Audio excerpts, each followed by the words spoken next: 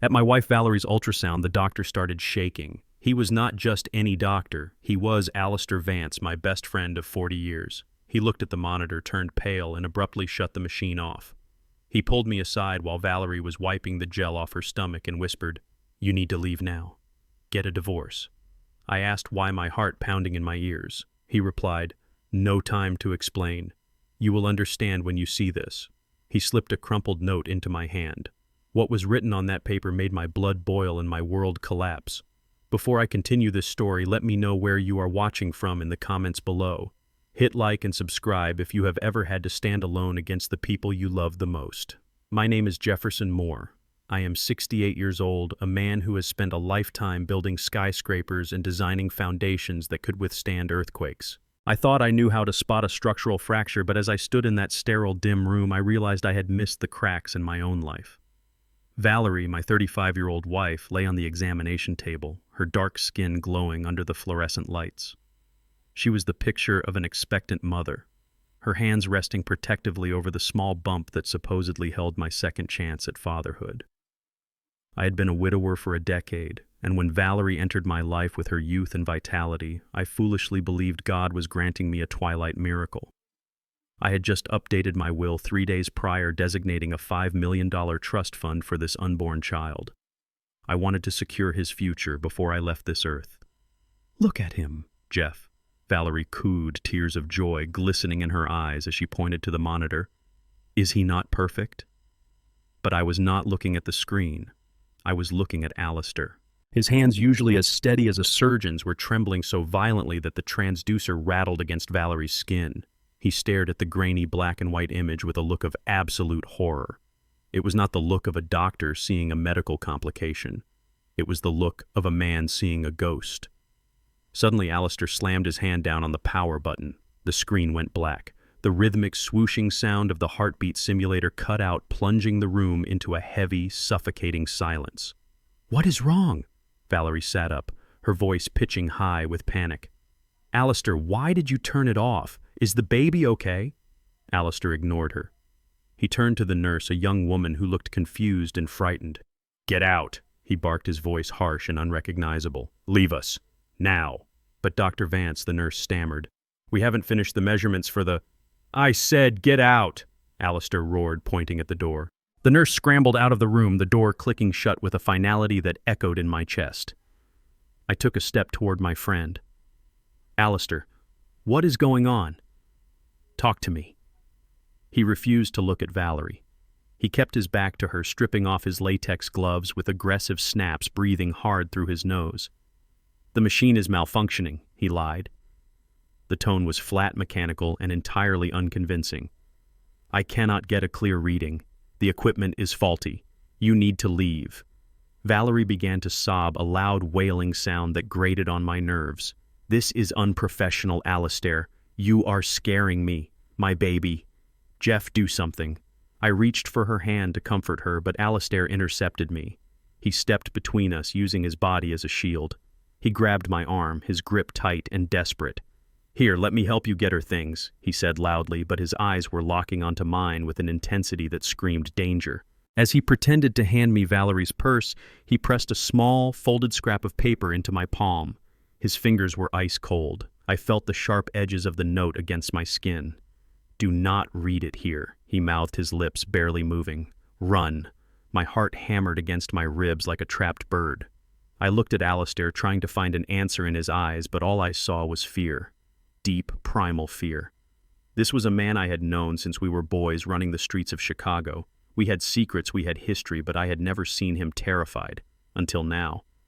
I pocketed the note, fighting the urge to unfold it right there. I turned to Valerie. She was wiping the remaining gel from her stomach with a paper towel, her face twisted in distress. "Come on, Val," I said, my voice sounding distant to my own ears. "We need to go. Alistair says the machine is broken." She slid off the table, her movements slow and exaggerated. "Oh God, Jeff," she moaned, clutching her belly. "It hurts. The stress, it is making me cramp." I wrapped an arm around her, supporting her weight. Usually her fragility made me feel protective, a strong husband caring for his young wife. But today, with Alistair's fear burning in my mind, her weight felt like a burden. It felt like a lie. We walked out of the clinic, Valerie leaning heavily against me, whimpering with every step. The waiting room was empty, the receptionist gone for lunch. It felt like we were the only people on Earth. I guided her to the exit, but I looked back once. Alistair was standing in the doorway of the exam room watching us leave. He didn't wave. He didn't say goodbye. He just watched me with the mournful expression of a man watching a funeral procession. We got into my car, a heavy armored sedan I had bought for safety. The door closed with a solid thud, sealing us inside. I started the engine, the air conditioning blasting cold air into my face, but I was sweating. I needed to read that note. I needed to know what Alistair had seen that made him look at my wife as if she were a monster. "Jeff, wait," Valerie gasped, grabbing my wrist as I reached for the gear shift. "I cannot go home. It is too far. The roads to the estate are too bumpy." I looked at her. Her face was contorted in pain, sweat beading on her forehead. "We live 20 minutes away, Val. We will be there soon." "No," she shrieked, squeezing my arm. "I feel like something is wrong. I need to lie down immediately. Let's go to Tyson's house. It is only 10 minutes from here. Emily is there. She can help me." Tyson, my 30-year-old son, and Emily, his 28-year-old white wife. My family. Tyson lived in a modest but comfortable house I had helped him buy closer to the city center. My instincts, honed by decades of navigating shark-filled boardrooms, began to scream. Why Tyson's house? Why was she so desperate to avoid our home? Why did Alistair tell me to run? Valerie let out a low moan, doubling over. "Please, Jeff. For the baby. For the baby." The baby I had just signed $5 million over to. The baby Alistair had refused to look at. I gripped the steering wheel until my knuckles turned ash gray. I looked at Valerie, really looked at her. Was the pain real? Was the fear real? Or was I looking at a performance designed to herd me exactly where she wanted me to go? "Fine," I said, my voice tight. "We will go to Tyson's." I pulled out of the parking lot, merging into traffic. As I drove, I kept one hand on the wheel and slid the other into my pocket, my fingers tracing the paper Alistair had given me. I was driving toward my son's house, but I felt like I was driving into a trap. The drive was silent except for Valerie's heavy breathing. My mind raced. Tyson was my only son, but he was weak. He had always been easily manipulated, first by his friends and now by Emily. Emily with her sweet smile and cold eyes, who always asked about my health a little too eagerly. We arrived at Tyson's house 10 minutes later. It was a nice suburban home, the lawn manicured, the blinds drawn tight. It looked peaceful. It looked normal. But as I pulled into the driveway, I saw Emily's car parked askew as if she had arrived in a hurry. I helped Valerie out of the car. She was practically dragging her feet now, leaning her entire weight on me. "Call Emily," she whispered. "Tell her to open the door." I didn't need to call. The front door swung open before we even reached the steps. Emily stood there, her face pale, her eyes darting between Valerie and me. She didn't look surprised to see us. She looked prepared. "Get her inside quickly," Emily urged, rushing down the steps to grab Valerie's other arm. We shuffled into the living room. Tyson was there sitting on the couch, his head in his hands. He jumped up when we entered, looking terrified. "Dad. What happened? Is the baby okay? Help your mother to the guest room," Tyson Emily snapped, taking charge. "She needs to lie down." Tyson rushed forward, taking Valerie from me. I watched them disappear down the hallway, Emily trailing close behind them, whispering something frantically into Valerie's ear. I stood alone in the living room. The house was quiet, but it felt charged with electricity. I reached into my pocket and pulled out the note Alistair had given me. My hands shook as I unfolded the crumpled paper. I read the words scrawled in Alistair's hurried, jagged handwriting. "Don't go home. Run. She is not pregnant." I read it again and again. The words swam before my eyes. "She is not pregnant." The room seemed to spin. I grabbed the back of a chair to steady myself. If she wasn't pregnant, what was in her stomach? If she wasn't pregnant, why did we just see a baby on the screen? If she wasn't pregnant, why was I standing in my son's living room while his wife whispered secrets to mine? A surge of rage, hot and blinding, rose in my chest. I had been played. For months I had been the doting old fool buying cribs, setting up trusts, dreaming of a legacy, and it was all a lie. I looked down the hallway where my family had disappeared. I could hear low voices. They were plotting. They were scheming. They thought I was just the confused old man, the bank account with a pulse. I carefully folded the note and put it back in my pocket. Alistair had told me to run, but I wasn't going to run. I was going to find out exactly what they were doing, and I was going to make them pay for every single lie. I took a deep breath, smoothed my jacket, and walked silently down the hallway toward the guest room. I was not leaving. The show was just beginning. I stepped out of my son's house into the cool afternoon air, my hands trembling as I fumbled for my phone. I told Tyson I needed to get Valerie's medication from the car, but it was a lie. I needed to hear the truth. I dialed Alistair's number. He answered on the first ring, his breathing heavy as if he had been running. "Jeff, are you safe?" he asked, his voice low and urgent. "I am in the driveway," I replied, staring at the closed blinds of the guest room window. "Tell me, Alistair. Tell me what you saw." There was a pause, a heavy silence that felt like a courtroom verdict. "Jeff," Alistair said, his voice breaking. There was no baby on that screen. The video feed was a loop. I recognized the file signature. But that is not the worst part. When I scanned her abdomen, I found surgical scarring on her internal tissue. I gripped the phone tighter. "What does that mean?" "It means she has had a hysterectomy, Jeff. A total hysterectomy. Her uterus was removed years ago. She cannot carry a child. She has never been pregnant. Not for a single second." The ground seemed to tilt beneath my feet. I leaned against the cold metal of my car, gasping for air. A hysterectomy. 5 years ago. That was before I even met her. Every moment of the last 6 months flashed before my eyes. The morning sickness she complained about over breakfast, the cravings for pickles and ice cream at midnight, the way she would guide my hand to her belly and tell me she felt a kick. I had felt movement. I was sure of it. It was all a performance, a cruel, elaborate theater production designed for an audience of one. Me, the grieving widower desperate for a second chance, the old fool with a bursting bank account. "Are you sure?" I whispered, though I knew the answer. Alistair was the best in his field. "I am sure," he said firmly. "I pulled her medical records from the national database the second you left. She had the surgery in Miami 5 years ago. Jeff, get out of there. These people are dangerous. If they are willing to fake a pregnancy to this extent, there is no line they will not cross." I hung up the phone without saying goodbye. I stood there in the driveway, staring at my own reflection in the car window. I looked the same as I had 10 minutes ago, but the man inside the suit was dead. The loving husband, the hopeful father, he died the moment Alistair spoke those words. In his place was something cold, something hard. I wiped the sweat from my forehead. I was not going to run. I was going to go back inside that house, and I was going to watch them. I needed to see the mechanics of their betrayal with my own eyes. I walked back up the steps, my movements deliberate and quiet. I opened the front door, and the silence of the house greeted me. Tyson was gone from the living room, likely hiding in his office or the kitchen. I moved toward the guest room down the hall. The door was slightly ajar, just a crack of darkness slicing through the white wood. I approached slowly, my footsteps absorbed by the thick carpet runner. I intended to knock, to play the role of the concerned husband returning with the bag. But then I saw movement through the crack in the door. I stopped. I held my breath. Through the narrow opening, I had a direct line of sight to the bed. Valerie was sitting up. The woman who just minutes ago had been unable to walk due to crippling pain was now sitting cross-legged on the mattress, looking bored. She was shirtless, and her stomach was flat.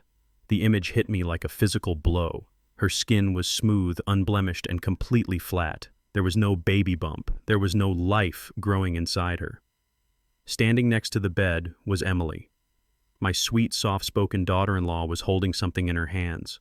It was a large, flesh-colored object, a prosthetic. It looked like a high-end silicone molding tinted perfectly to match Valerie's skin tone. "Here," Emily whispered, her voice sharp and efficient. "Put this back on before he comes back. You cannot be sloppy, Val." I watched frozen in horror as Emily handed the silicone stomach to my wife. Valerie took it with a sigh of annoyance, as if she were putting on a pair of uncomfortable shoes. She stood up and positioned the device over her abdomen. It had straps that went around her back, invisible under clothing. "This one is getting tight," Valerie complained, fastening the clasps. "It is digging into my ribs." "It is supposed to be tight," Emily snapped. "You are supposed to be 6 months pregnant. Stop whining. Do you want the $5 million or not?" Valerie smoothed the prosthetic down. It looked terrifyingly real. The weight, the curve, the way it sat on her hips. I realized with a sick lurch in my stomach that this was what I had been touching. When I kissed her belly goodnight, I was kissing rubber. When I felt the baby kick, it must have been some kind of mechanism inside the prosthetic or just her hand manipulating it. I leaned against the wall, fighting the urge to vomit. They were so casual about it. This wasn't just a lie, it was a job. They were coworkers clocking in for a shift at the factory of my destruction. I needed to get closer. I needed to hear more. I couldn't barge in now. If I confronted them, they would deny it. They would say I was crazy. They would hide the prosthetic. I needed undeniable proof. I needed to know the end game. I scuffed my foot against the floorboard, intentionally creating a noise. Inside the room, the activity was instant. "He is coming," Emily hissed. "Lie down." I waited 5 seconds, counting my heartbeats before pushing the door open. Valerie was under the covers, her face twisted in a mask of suffering. Emily was adjusting the pillows, the picture of the doting caregiver. "I am back," I said, my voice steady. I forced myself to walk into the room. I forced myself to look at Valerie's covered stomach. It took every ounce of willpower I possessed not to rip the sheets away and expose them right there. "Did you get the bag?" Valerie asked, her voice weak and trembling.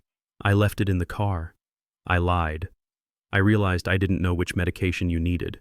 Valerie's eyes darted to Emily for a split second, a look of panic. "It is okay, Dad," Emily said quickly, stepping between me and the bed. "I have some Tylenol. That should help with the cramping. Why don't you go make some tea? I will stay with her." She was trying to get rid of me. She wanted me out of the room so they could strategize. "That is a good idea," I said. "I will go to the kitchen." I turned and walked out, but I didn't go to the kitchen. I stopped just around the corner of the hallway, pressing my back against the wall. I knew they would start talking the moment they thought I was out of earshot. I was right. "Is he gone?" Valerie's voice was a harsh whisper. "Yes," Emily replied. Her voice had changed completely. Gone was the sweet, high-pitched tone she used with me. Her true voice was lower, colder, dripping with contempt. "God, he is so suffocating." Valerie groaned. "Did you see his face in the clinic? He looked like a lost puppy."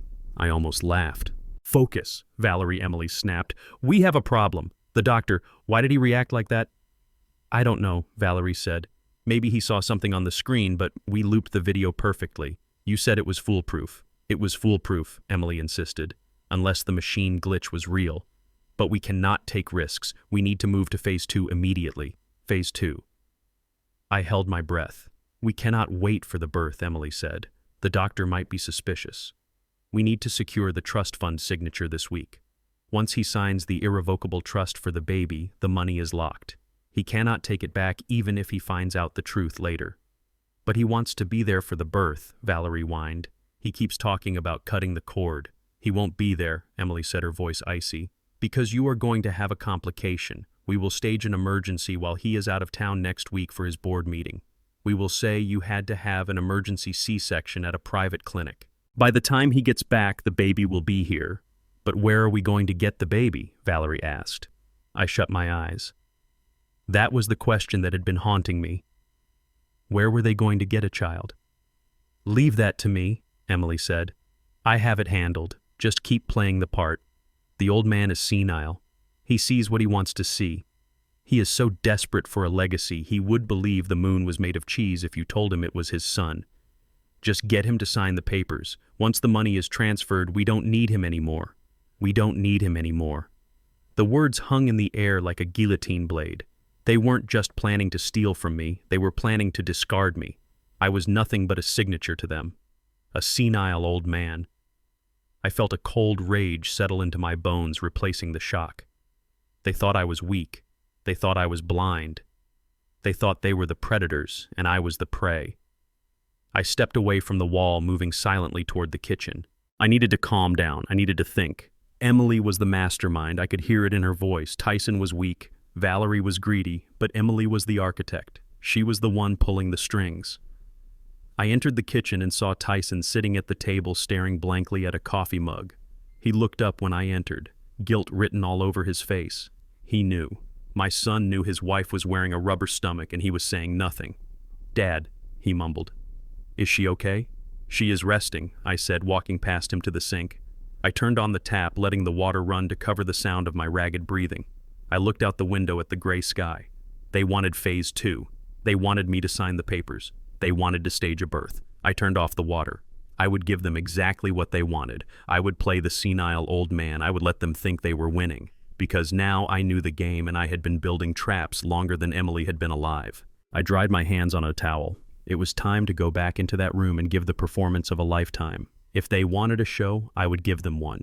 But first I needed to find out one more thing. Emily said she had the baby handled. What did that mean?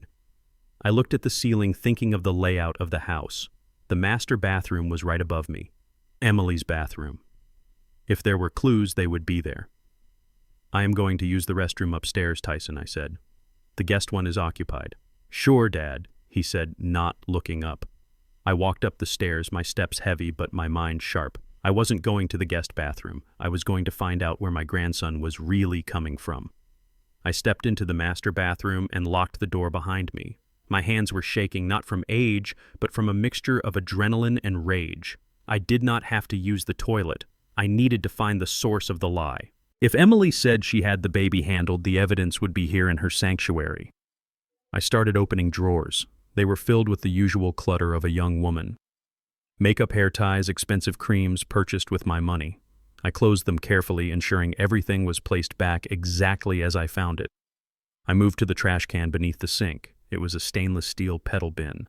I pressed my foot down and the lid rose with a metallic clink. Inside, amidst tissues and cotton pads, I saw a small crumpled foil wrapper. It caught the light. I reached in, ignoring the revulsion of digging through my daughter-in-law's refuse. I smoothed out the foil. It was a blister pack for medication. The name printed on the back was unfamiliar, but I pulled my phone from my pocket and snapped a picture of it. I typed the name into the search bar, misoprostol. The results loaded instantly. It was a drug used to induce labor or manage postpartum hemorrhage. Why would Emily have labor-inducing drugs in her trash? I dug deeper. Beneath a pile of wet wipes, I found a receipt from a private compounding pharmacy in the next county. It was dated 2 days ago. The prescription was for high-grade prenatal vitamins and progesterone supplements. Progesterone is used to support a pregnancy. A sudden sharp knock on the door made me jump. My heart hammered against my ribs. Dad, are you okay in there? It was Emily. Her voice was right against the wood. I shoved the receipt into my pocket and dropped the foil wrapper back into the bin. I flushed the toilet to cover the sound of my movement. I am fine, Emily, I called out, my voice gruff. Just give me a minute. I turned on the faucet and splashed cold water on my face. I looked at myself in the mirror. My eyes were wide, the whites stark against my dark skin. I looked like a man who had seen a ghost. I needed to pull myself together. I dried my face, took a deep breath, and unlocked the door. Emily was standing right there in the hallway. She was wearing a loose, flowing caftan that seemed out of place for a casual afternoon at home. Her arms were crossed over her chest and her eyes were narrowed, scanning my face for any sign that I knew her secret. Everything all right? She asked, her tone clipped. You were in there a long time. Just an old man's bladder, I said, forcing a weak smile. I apologize if I held you up. I tried to walk past her to go back downstairs, but the hallway was narrow. As I squeezed by, she turned to watch me, and the movement caused the fabric of her caftan to pull tight against her body. For a split second, the loose material clung to her midsection. I stopped. The world seemed to freeze. There was a curve there, a distinct, unmistakable roundness that started just below her ribcage. It was not the soft curve of weight gain. It was firm. It was high. I looked at her face. Her skin was glowing, slightly flushed. Her ankles, which I could see beneath the hem of the dress, were slightly swollen. I looked back at her stomach. She saw my gaze and immediately pulled the fabric loose, stepping back into the shadows of the doorway. What are you looking at? She snapped her hand, going instinctively to her belly in a protective gesture. Nothing, I stammered, my mind racing at 1,000,000 miles an hour. I just thought you looked healthy. I turned and walked down the stairs, my hand gripping the banister so hard the wood groaned. I reached the bottom landing and stopped staring at the front door. The pieces of the puzzle slammed together with the force of a wrecking ball. Valerie was wearing a fake stomach. Emily was hiding a real one. Valerie had fake ultrasound videos. Emily had real prenatal vitamins and labor inducements in her trash. They weren't adopting a baby. They weren't buying a baby from a stranger. Emily was pregnant. My daughter-in-law was pregnant and she was hiding it. Why? Why would a married woman hide a pregnancy from her family unless the baby wasn't meant to be hers? The realization made me nauseous. They were going to swap them. Emily was going to give birth, and they were going to pass the child off as Valerie's. They were going to take my grandchild, my son's child, and pretend it was my own son. It was sick. It was a biological shell game designed to fool a lonely old man. But why go to such lengths? Why not just tell me I was going to be a grandfather? I would have supported them. I would have set up a trust for the grandchild. Why the charade of making it my direct heir? I needed to know the end game. I needed to know why being a father was worth more to them than me being a grandfather.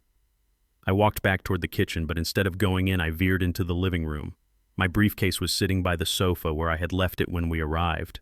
I was an architect. I carried tools for site inspections.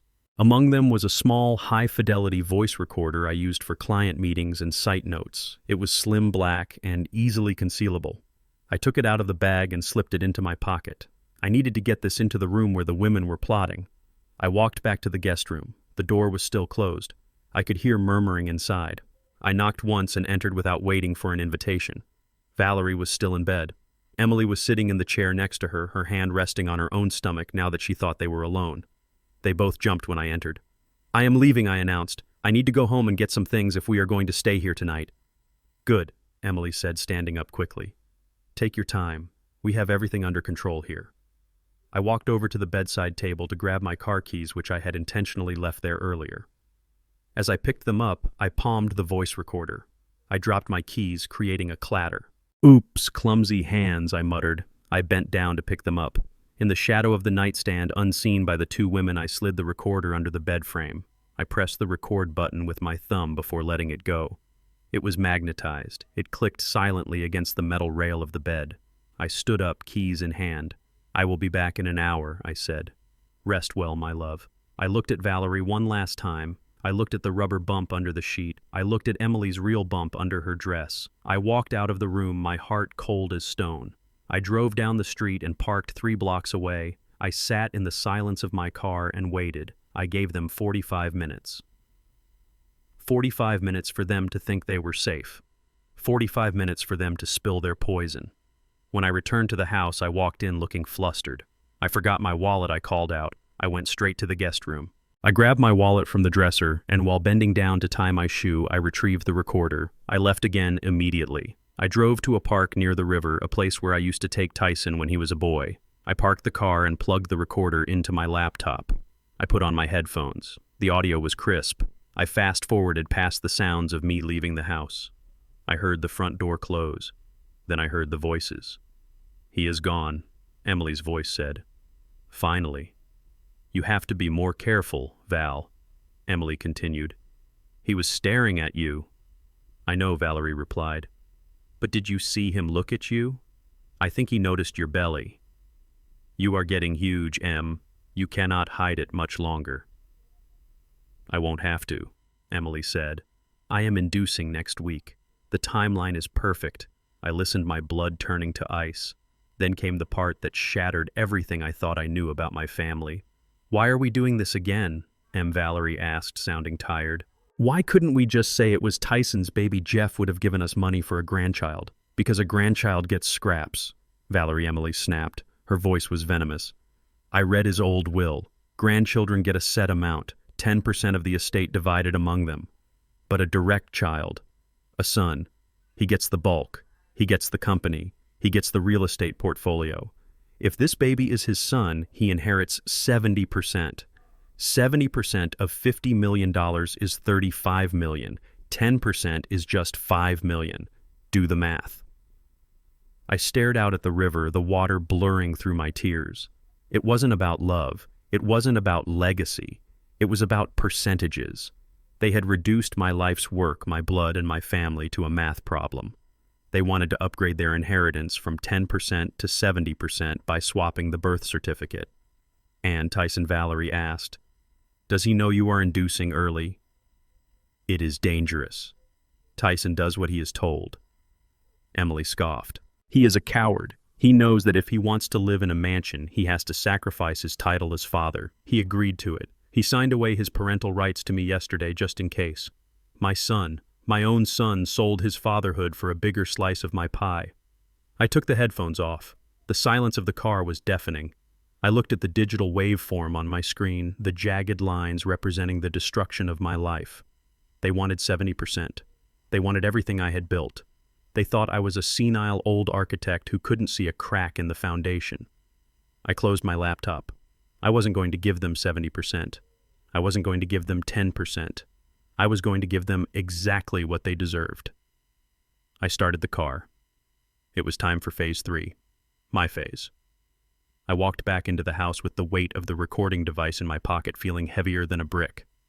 I found Tyson in the living room alone. He was pacing back and forth, chewing on his thumbnail, a nervous habit he had carried since childhood. He looked up when I entered, his eyes darting to the hallway as if checking to see if his handler was watching.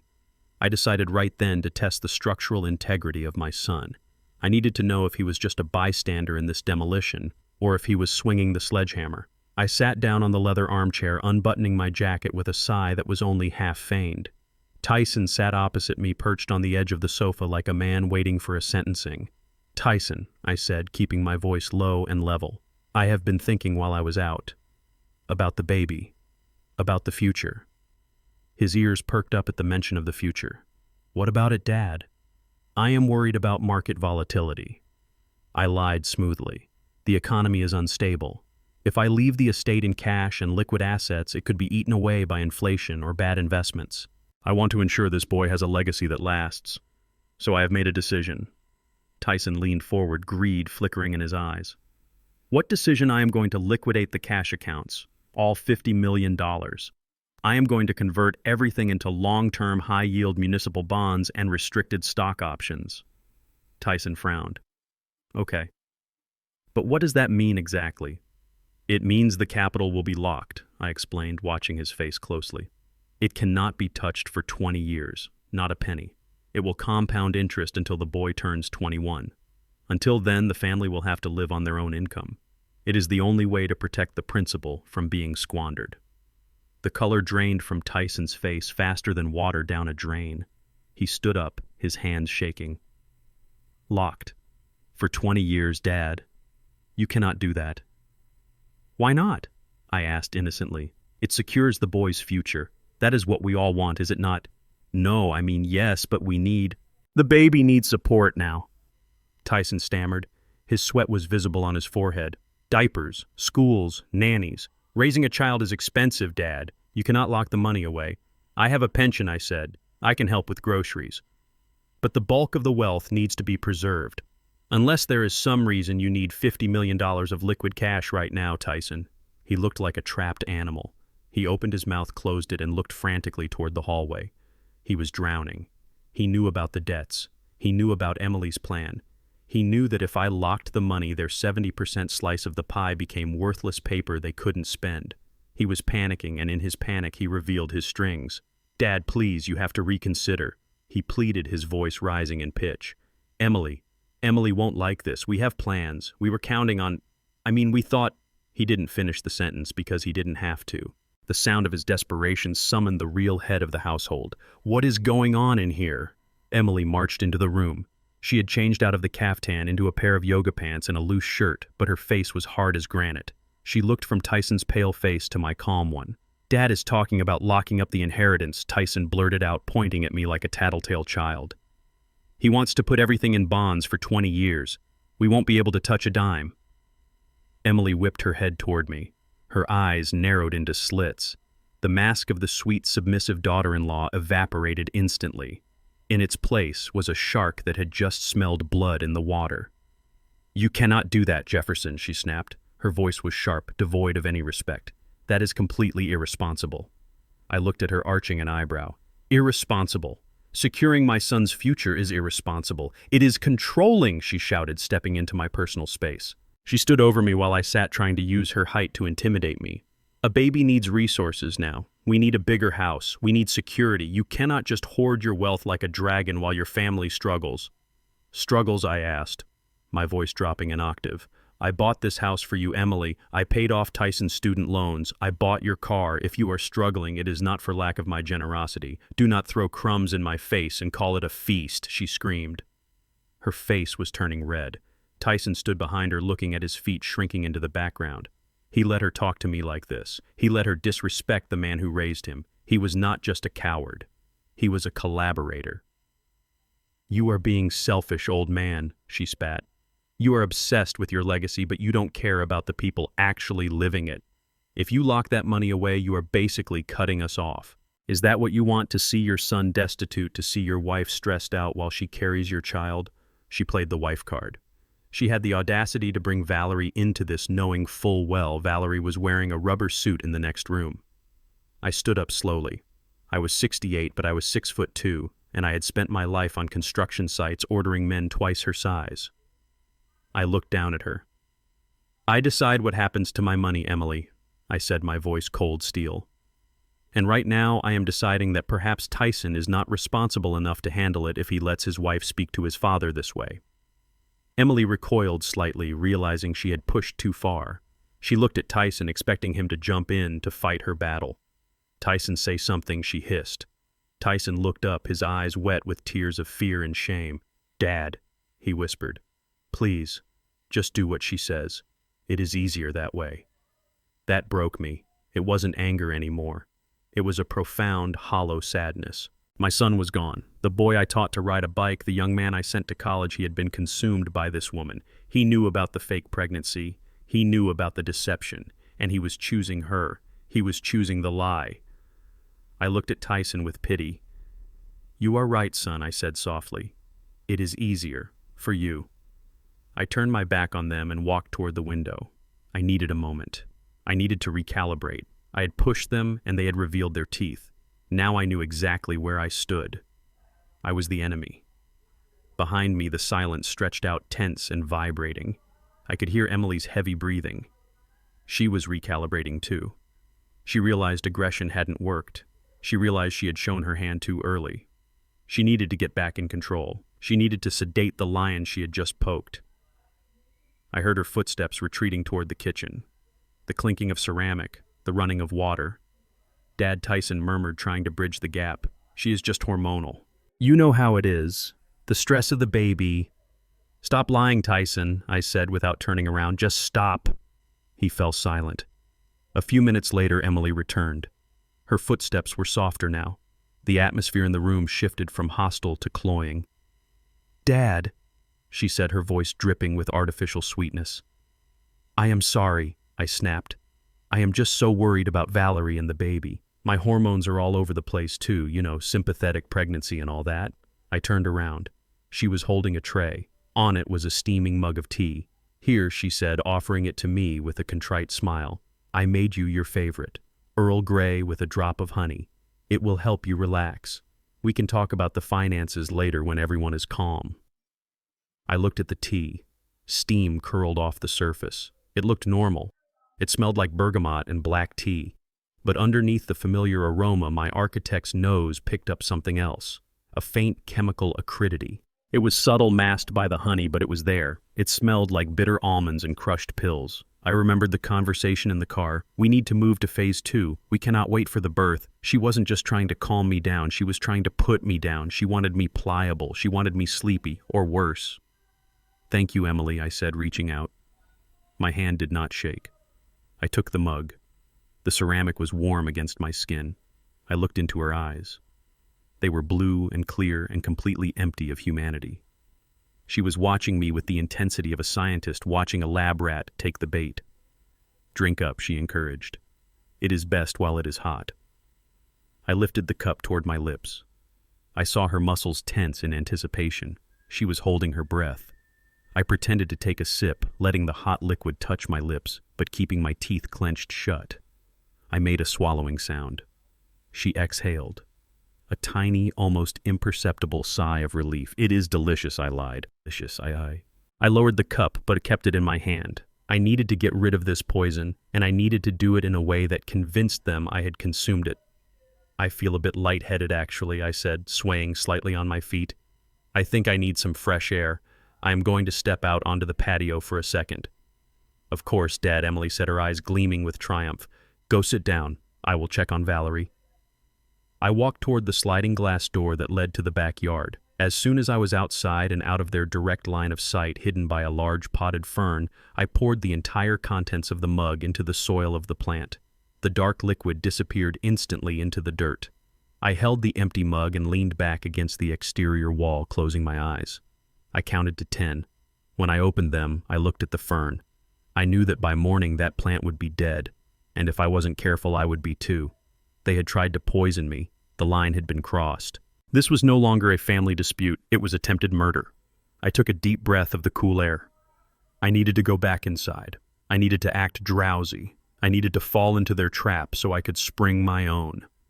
I adjusted my tie, slackened my jaw, and prepared to play the role of the drugged, dying king. I walked back into the house, letting my feet drag on the floor. It was time for the next act. I stumbled back into the living room, allowing my feet to drag heavily against the hardwood floor. The empty mug hung loosely in my hand before I let it slip from my fingers. It hit the carpet with a dull thud. I swayed on my feet, blinking rapidly as if I were struggling to keep my eyes focused. Emily was there instantly. She did not look concerned, she looked satisfied. She guided me toward the oversized leather armchair, her grip on my arm firm and controlling. "You look exhausted, Dad," she said, her voice smooth and devoid of any real warmth. "The tea should help you sleep. Just close your eyes." I let my head loll back against the headrest. I allowed my mouth to hang slightly open, mimicking the slack-jawed look of a man heavily sedated. Through my eyelashes, I watched her. She stood over me for a moment, watching my chest rise and fall. She was checking to see if the drug had taken hold. I slowed my breathing, forcing a rhythmic rasping sound from my throat.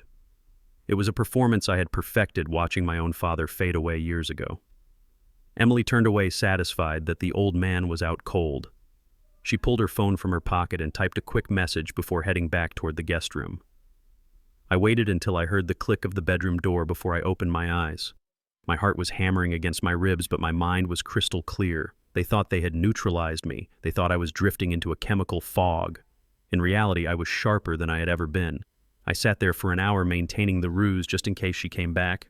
I listened to the sounds of the house. I heard the muffled tones of an argument from the guest room, followed by silence. Eventually, Tyson came downstairs. He looked at me sleeping in the chair and let out a long, shaky sigh.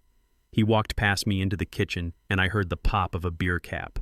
He was drinking away his guilt. I closed my eyes again and let myself drift into a light, natural sleep, knowing that I needed to be rested for the war that would resume at sunrise. The next morning, I woke before the rest of the house. I sat up in the chair, my neck stiff, but my resolve hardened. I stood up and walked to the sliding glass door. The morning sun was just beginning to crest over the fence, illuminating the patio. I looked at the large potted fern where I had poured the tea the night before. The sight made my blood run cold. The fern was dead. Yesterday it had been a vibrant explosion of green fronds. Today it was a shriveled brown husk. The leaves were curled and brittle as if they had been scorched by a blowtorch. The soil looked gray and ash-like. Whatever had been in that tea was potent enough to kill a healthy plant in less than 8 hours. It was not just a sedative, it was poison. I stared at the dead plant, feeling a cold knot of fury tighten in my stomach. They had not just tried to put me to sleep. They had tried to speed up the inheritance. I heard footsteps behind me. I turned to see Valerie standing in the doorway of the guest room. She was wearing a silk robe and her hand was resting on her fake stomach. She looked at me, and then her eyes darted past me to the patio. She saw the dead fern. Her eyes widened. She knew. She looked at me, and for a second the mask slipped. I saw pure terror. But then she blinked, and the actress returned. "Jeff," she said, her voice trembling with a new performative emotion. "I had a terrible night. I cannot stay in this house anymore. It is too small, the air is too stale. I feel like I am suffocating." She walked into the living room, ignoring the dead plant as if ignoring it would make the poison disappear. She sat down on the sofa and looked up at me with tear-filled eyes. "I need space, Jeff," she pleaded. "I need fresh air for the baby. I saw a listing online for a villa in the hills. It is secluded. It has a pool. It is perfect for a high-risk pregnancy. It is $2 million. $2 million. She wanted me to buy her an escape hatch. She wanted a fortress where she could hide away until the fake birth, where she could execute the swap without prying eyes. "Buy it for me, Jeff," she begged, reaching for my hand. "Put it in my name so I feel secure. It is the only way I can relax. If I do not relax, I might lose the baby." It was a threat wrapped in a request. "Buy me the house, or I will kill your imaginary son." Emily and Tyson walked into the room at that moment. They must have been listening. She is right, Dad. Emily chimed in, her eyes darting to the dead fern and then quickly away. Stress is fatal for the baby. A new environment would be good for everyone. You can afford it. What is $2 million when it comes to your legacy? I looked at them. The three of them stood there united in their greed, united in their deception. They thought they had me cornered. They thought the drug had worked and that my brain was mush. They thought I didn't see the dead plant. I smiled. It was a slow, tired smile. You are right, I said. The tension in the room broke instantly. Tyson exhaled. Valerie clapped her hands together. Emily smirked. The baby is the most important thing. I continued, walking over to my briefcase. And if a villa will keep him safe, then we shall have a villa. I opened my briefcase and pulled out a sleek leather folder. I had prepared for this moment. I knew the demands would escalate. I actually anticipated this. I lied smoothly. I spoke to my broker this morning while you were all sleeping. I have already drafted a purchase agreement for a property that fits your description. Valerie squealed with delight. Oh, Jeff, you are the best husband. But I raised a hand, stopping her celebration. There is just one small detail, I said, my voice hardening. A formality, really. Since we are moving so much capital, and since I am restructuring the estate to prioritize this child, my lawyers insisted on a standard clause. Clause? Emily asked, her eyes narrowing. What clause? I pulled a document from the folder and placed it on the coffee table. It is a suspended disbursement clause, I explained, tapping the paper. The deed to the villa and the $5 million trust fund will be transferred into your name, Valerie, immediately. She reached for the paper, greedy fingers twitching. However, I continued, my voice dropping to a gravelly low tone, the funds and the title will remain in escrow until the day of the birth. They will be released automatically the moment a paternity test confirms the child is my biological issue. The silence that fell over the room was absolute. It was the silence of a bomb counting down. Valerie froze, her hand hovering over the document. Tyson turned a sickly shade of gray. Emily looked like she had been slapped. A paternity test, Valerie whispered, her voice shaking. Jeff, do you not trust me? It is not about trust, my love, I said, stepping closer to her. It is about legal protection. With an estate of this size, my lawyers are sharks. They want to ensure there are no challenges from distant relatives or illegitimate claimants. It is just a swab of the cheek the minute he is born. Simple. I looked at Emily. Her face was a mask of pure panic. She knew. She knew that a DNA test would reveal the child belonged to her lover, not me. She knew the game was rigged. That is insulting, Emily spat out, trying to regain control. You are insulting your wife, Dad. You are suggesting she cheated on you. Stressing her out with these accusations is dangerous. I am not accusing anyone, I said calmly. If the baby is mine, which we all know he is, then there is nothing to worry about. The house is yours. The money is yours. Why would a simple test be a problem? I looked from Emily to Valerie. I watched the realization dawn on them. They were trapped. If they refused the test, they admitted guilt. If they agreed, they would be exposed the moment the baby arrived. Valerie looked at Emily, desperate for an instruction. Emily was breathing hard, her chest heaving. She was cornered. Fine, Valerie stammered, pulling her hand back from the paper. If that is what you want, we will do the test. Excellent, I said, snapping the folder shut. I will have the lawyers set it up. The equipment will be brought to the delivery room. No one enters or leaves until the sample is taken. I turned and walked toward the kitchen, leaving them in the wreckage of their own plot. I could feel their eyes burning into my back. They were terrified. And for the first time in days, I felt like the architect of my own fate again. I climbed into my sedan and slammed the door, shutting out the gray afternoon light. The leather seat groaned under my weight as I adjusted the mirror, my eyes catching the reflection of the house. The curtains in the living room twitched. They were watching. They were waiting for me to leave. I started the engine, and the powerful hum of the motor usually brought me comfort, a reminder of precision engineering and control. Today it sounded like a beast waking up in a cage. I backed out of the driveway, my hands gripping the wheel with a strength born of necessity. I was heading to the law offices of Banks and Associates on the other side of the city to finalize the escrow agreement for the villa. The route took me through the winding roads of the hills, a scenic drive that I usually enjoyed for its technical demands. I had been an amateur racer in my 20s before architecture claimed my soul. I knew how to handle a car at speed. I knew the physics of a curve. As I merged onto the main road, the sky opened up. Rain lashed against the windshield, blurring the world into streaks of silver and gray. I turned on the wipers and focused on the road. The asphalt was slick, a black ribbon shining with oil and water. I navigated the first few turns with ease, the car responding perfectly to my touch. But as I approached the long, steep descent known as Devil's Elbow, a sharp hairpin turn with a sheer drop on one side and a drainage ditch on the other, I felt a strange vibration in the pedal. I tapped the brakes to scrub off some speed before the entry point. The pedal went to the floor. There was no resistance, no hydraulic pressure. It felt like stepping into a bucket of water. I pumped it again. Once, twice, 3 times. Nothing. The car was accelerating, gravity taking hold of the heavy chassis, pulling me down the hill toward the curve.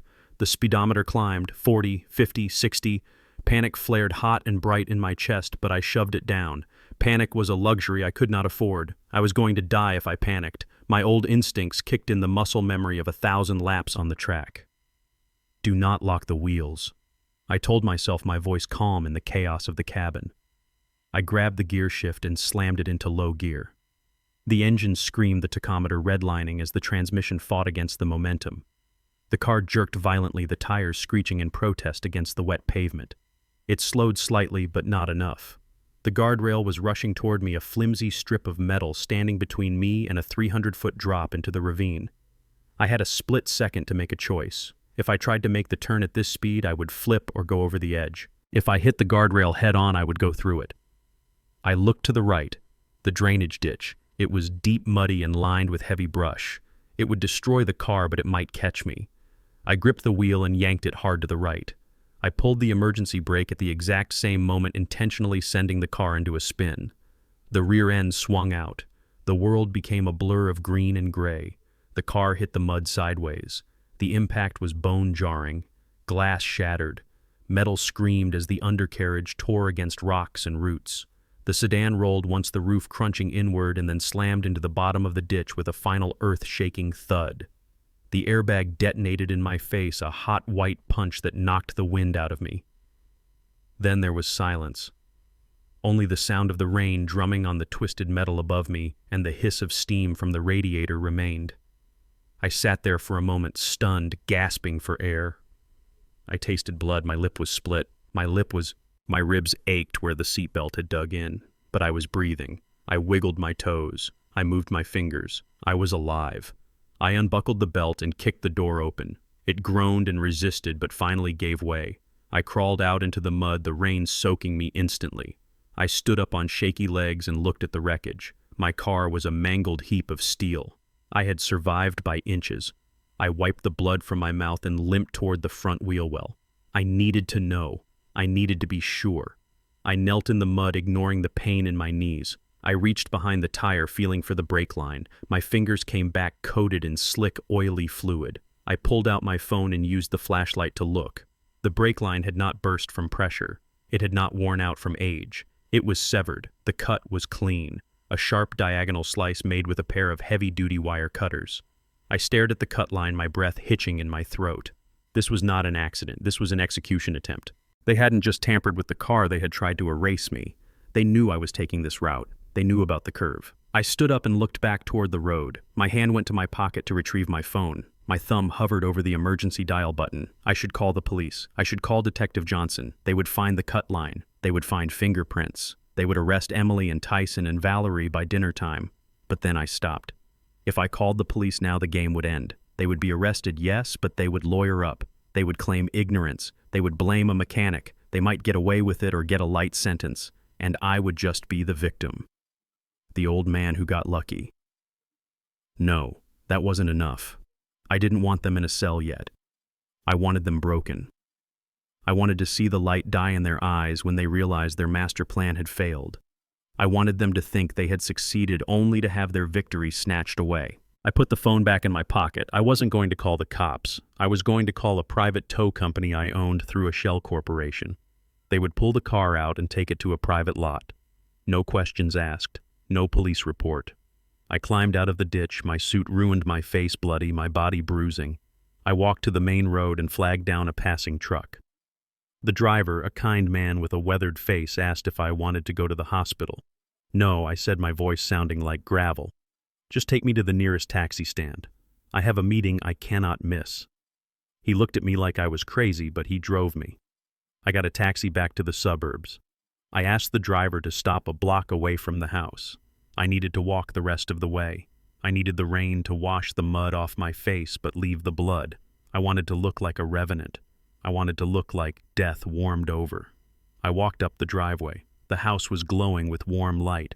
It looked cozy. It looked inviting. Inside, they were probably toasting to my demise. They were probably already browsing real estate listings for the villa. I reached the front door. I didn't search for my keys. I knew it would be unlocked. They were expecting a call from the coroner or the police, not the sound of the doorknob turning. I opened the door and stepped into the foyer. Laughter. That was the first thing I heard. High-pitched, relieved laughter coming from the living room. I finally can breathe, Valerie was saying. I thought he would never leave. Do you think he felt anything? It would have been quick, Emily replied, her voice calm and assured. At that speed on that curve, he wouldn't have known what hit him. I walked into the living room. My shoes squelched on the expensive Persian rug. Water dripped from my jacket, forming a puddle around my feet. They were sitting around the coffee table. A bottle of expensive wine, my wine was open. 3 glasses were filled. They were celebrating. Tyson was the first to see me. He was raising his glass to his lips when his eyes locked onto mine. The glass slipped from his fingers. It hit the table and shattered red wine, splashing across the white surface like blood. "Dad," he whispered, his voice a strangled squeak. Emily and Valerie spun around. Valerie screamed a sound of pure primal terror. She scrambled backward on the sofa, pulling her knees to her chest as if she were trying to hide from a demon. Emily turned white. All the blood drained from her face, leaving her looking like a wax statue. Her mouth opened and closed, but no sound came out. She stared at the cut on my forehead, the mud on my suit, the darkness in my eyes. I stood there silent. I let the moment stretch. I let the terror take root in their chests and bloom. I watched them process the impossibility of my presence. I was supposed to be a mangled corpse at the bottom of a ravine. Instead, I was standing in their living room watching them drink my wine. Jefferson. Valerie gasped, tears streaming down her face. We were worried. You were gone so long." "Save it," I said. My voice was low, calm, and terrifying. I walked over to the table and picked up the bottle of wine. I poured myself a glass using one of the clean ones. My hand was steady. I took a sip. It was a 1996 Cabernet. "Excellent vintage." It seems, I said, looking at Emily over the rim of the glass, that the brakes on the sedan were a bit faulty. Emily flinched. Her eyes darted to Tyson, then back to me. "Faulty," she stammered. "Oh my God, that is terrible. We should sue the mechanic." I smiled. It was a smile devoid of any humor. It was the smile of a wolf looking at a lamb. "No need," I said, taking another sip. I handled it. I survived. I stepped closer to them, towering over the low table. I looked at each of them in turn. Tyson the coward, Valerie the actress, Emily the architect of my death. "You know," I continued, my voice dropping to a whisper. "I sat in that ditch for a moment, and I prayed. I asked God why he spared me, why he didn't let me go over the edge. They stared at me paralyzed. And do you know what the answer was, I asked, leaning in until I could smell the fear on them. No one spoke. He told me he wasn't ready for me yet. I said, my eyes boring into Emily's. He told me he wanted me to stay. He told me the show was just getting started and he didn't want me to miss the ending. I finished the wine in one gulp and slammed the glass down on the table. The sound made them all jump. "I am going to take a shower," I said, straightening my jacket. "Then we are going to have dinner. I am starving." I turned and walked toward the stairs, leaving them sitting in the wreckage of their celebration. I could feel their eyes on my back burning with a mixture of fear and confusion. They didn't know what to do. They didn't know how much I knew. They were trapped in the house with the man they tried to kill, and I was just getting started. As I climbed the stairs, I made a mental note. Tonight, while they slept in terror, I would install the cameras. I needed eyes in every room. I needed to see the rats when they thought the cat was asleep. I moved through the silent house like a ghost, haunting the very walls I had paid for. It was 3 a.m, and the heavy breathing of sleep drifted from the upstairs bedrooms. I had spent a lifetime designing structures and understanding the hidden spaces where wires and ducts lived, so installing the surveillance equipment was child's play for me. I placed pinhole cameras in the smoke detectors in the living room, the vents in the kitchen, and most importantly, the recessed lighting fixture in the master bedroom. They were wireless high definition and connected directly to a secure cloud server accessible only by my laptop. By 4 a.m, I was back in the guest room. The door locked, my headphones on, and the glow of my screen illuminating my tired face. I did not sleep. I waited. The sun came up and the house began to stir. I watched the feed as Emily and Tyson moved about their morning routine, but it was the night footage I needed to review first. I scrolled back on the timeline for the master bedroom camera. At 2:15 in the morning, just an hour before I installed the device, Tyson and Emily had been awake. I pressed play. The video was crisp, the audio picking up every rustle of the sheets. Tyson was pacing the floor, his silhouette jagged and frantic against the moonlight filtering through the blinds. Emily was sitting up in bed, scrolling through her phone as if she hadn't just tried to murder her father-in-law a few hours prior. "We have to stop this," Tyson whispered, his voice thick with panic. "He knows. I saw his eyes when he walked in with that mud on his suit. He knows we cut the brakes." He suspects, Emily corrected without looking up. He does not know. If he knew, we would be in a cell right now. He is playing games. He is an old man trying to regain control because he feels powerless. He is not powerless, Tyson hissed, stopping at the foot of the bed. He is Jefferson Moore. He built half this city. You do not know him like I do. If he finds out about the baby swap, he will destroy us. Then do not let him find out, Emily snapped, finally tossing her phone aside. Stick to the script.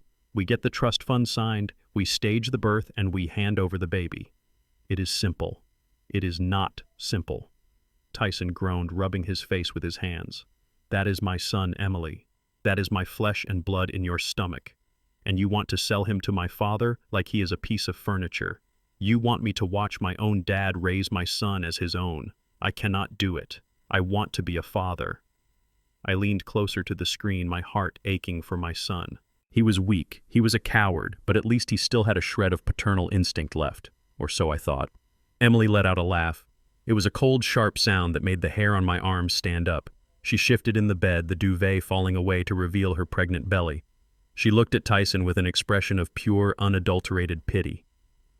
"Your son," she repeated, savoring the words as if they were a joke I missed. "Oh, Tyson, you really are pathetic, aren't you?" "What is that supposed to mean?" Tyson asked, stepping back. "You actually think this is your baby?" Emily asked, tilting her head. Tyson froze. "Of course it is my baby. We are married." Emily laughed again, louder this time. She patted her stomach affectionately. "Tyson, look at you. Look in the mirror. You are weak. You are soft. You have always been soft. Your father is a king, and you are just the court jester. Do you really think a man like you could get a woman like me pregnant?" Tyson stared at her, his mouth opening and closing. "What are you saying?" "I am saying that I needed insurance," Emily said, her voice dropping to a cruel whisper. "I needed a baby that was perfect, a baby that looked like an angel, a baby that Jefferson would fall in love with instantly so he wouldn't ask too many questions. And let us be honest, Tyson, your genetics are not exactly prize-winning material." I watched my son's knees buckle. He grabbed the dresser for support. "Who?" he choked out. "Kyle," Emily said simply. The name hit me like a physical blow. Kyle. I knew that name. Kyle was her ex-boyfriend from college, the golden boy tennis pro she was with before she met Tyson. He was tall, blonde, and very white. Kyle, Tyson whispered. "But you said you hated him." "I lied," Emily said, shrugging. "Kyle has good genes, he has blue eyes, he has strong features. This baby inside me, Tyson, is 100% white. Purebred. When he comes out, he is going to have blue eyes and blonde fuzz. But Dad is black." Tyson stammered, tears streaming down his face. "Valerie is black. If the baby comes out white—" "Genetics are funny," Emily interrupted, waving her hand dismissively. "We tell the old man it is a recessive gene. Albinism. Anything. He is so desperate for a legacy, he will believe whatever we feed him. He wants a miracle, so we will give him a miracle. A white miracle." She looked at Tyson with disgust. "So stop crying about your son," she spat. "This is not your son. This is Kyle's son. You are just the idiot who pays the bills. You are just the weak black man I used to get into this family." I sat in the dark of the guest room, tears burning my eyes. The cruelty was absolute. She had stripped him of his manhood, his fatherhood, and his dignity in 3 sentences. She was not just a thief, she was a racist predator who had preyed on my son's insecurities. I wanted to smash the laptop. I wanted to run upstairs and throw her out of the window, but I couldn't. I had to watch. I had to see what Tyson would do. Tyson slid down the front of the dresser until he was sitting on the floor. He put his head in his hands and sobbed. It was a guttural sound of total defeat. "I am done," he wept. "I am done, Emily. I cannot do this anymore. I am going to tell him. I am going to tell Dad everything. The brakes, the baby, the poison, everything." He started to stand up, his movements jerky and uncoordinated. "I am going to tell him right now," he shouted, turning toward the door.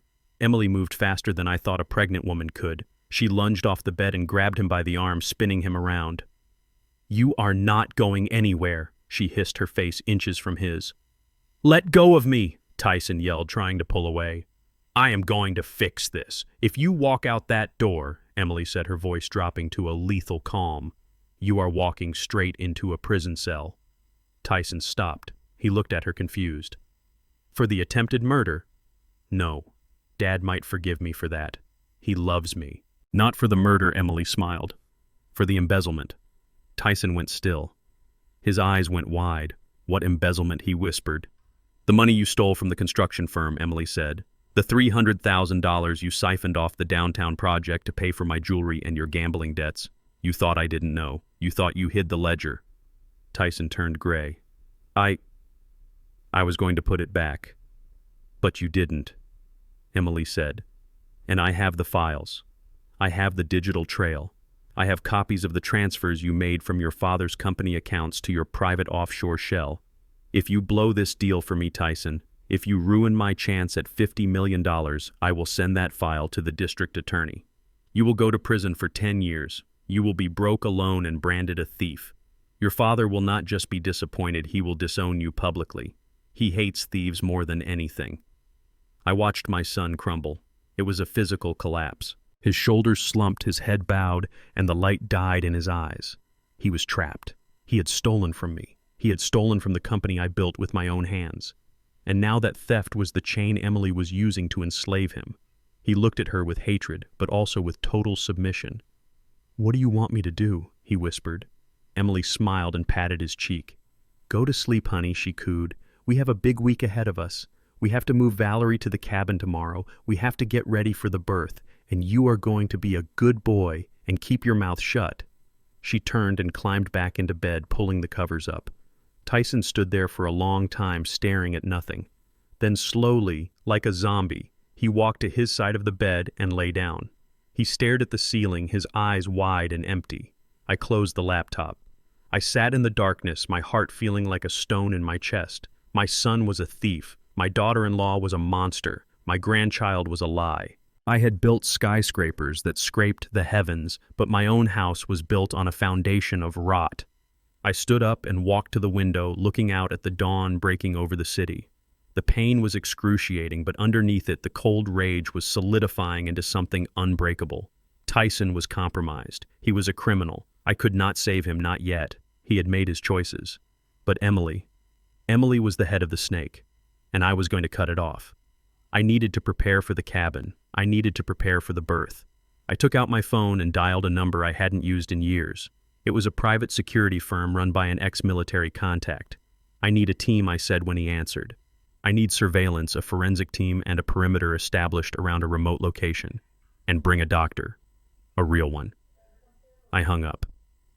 The game had changed. I wasn't just fighting for my money anymore. I was fighting to burn the infection out of my life, even if it meant burning everything down to the ground.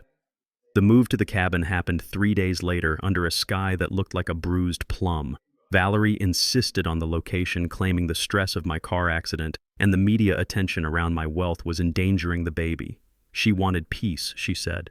She wanted a sanctuary where she could bond with the unborn child away from the prying eyes of the city. I knew the truth. She wanted a place where no one could hear Emily scream during labor. She wanted a stage where the switch could happen in total darkness.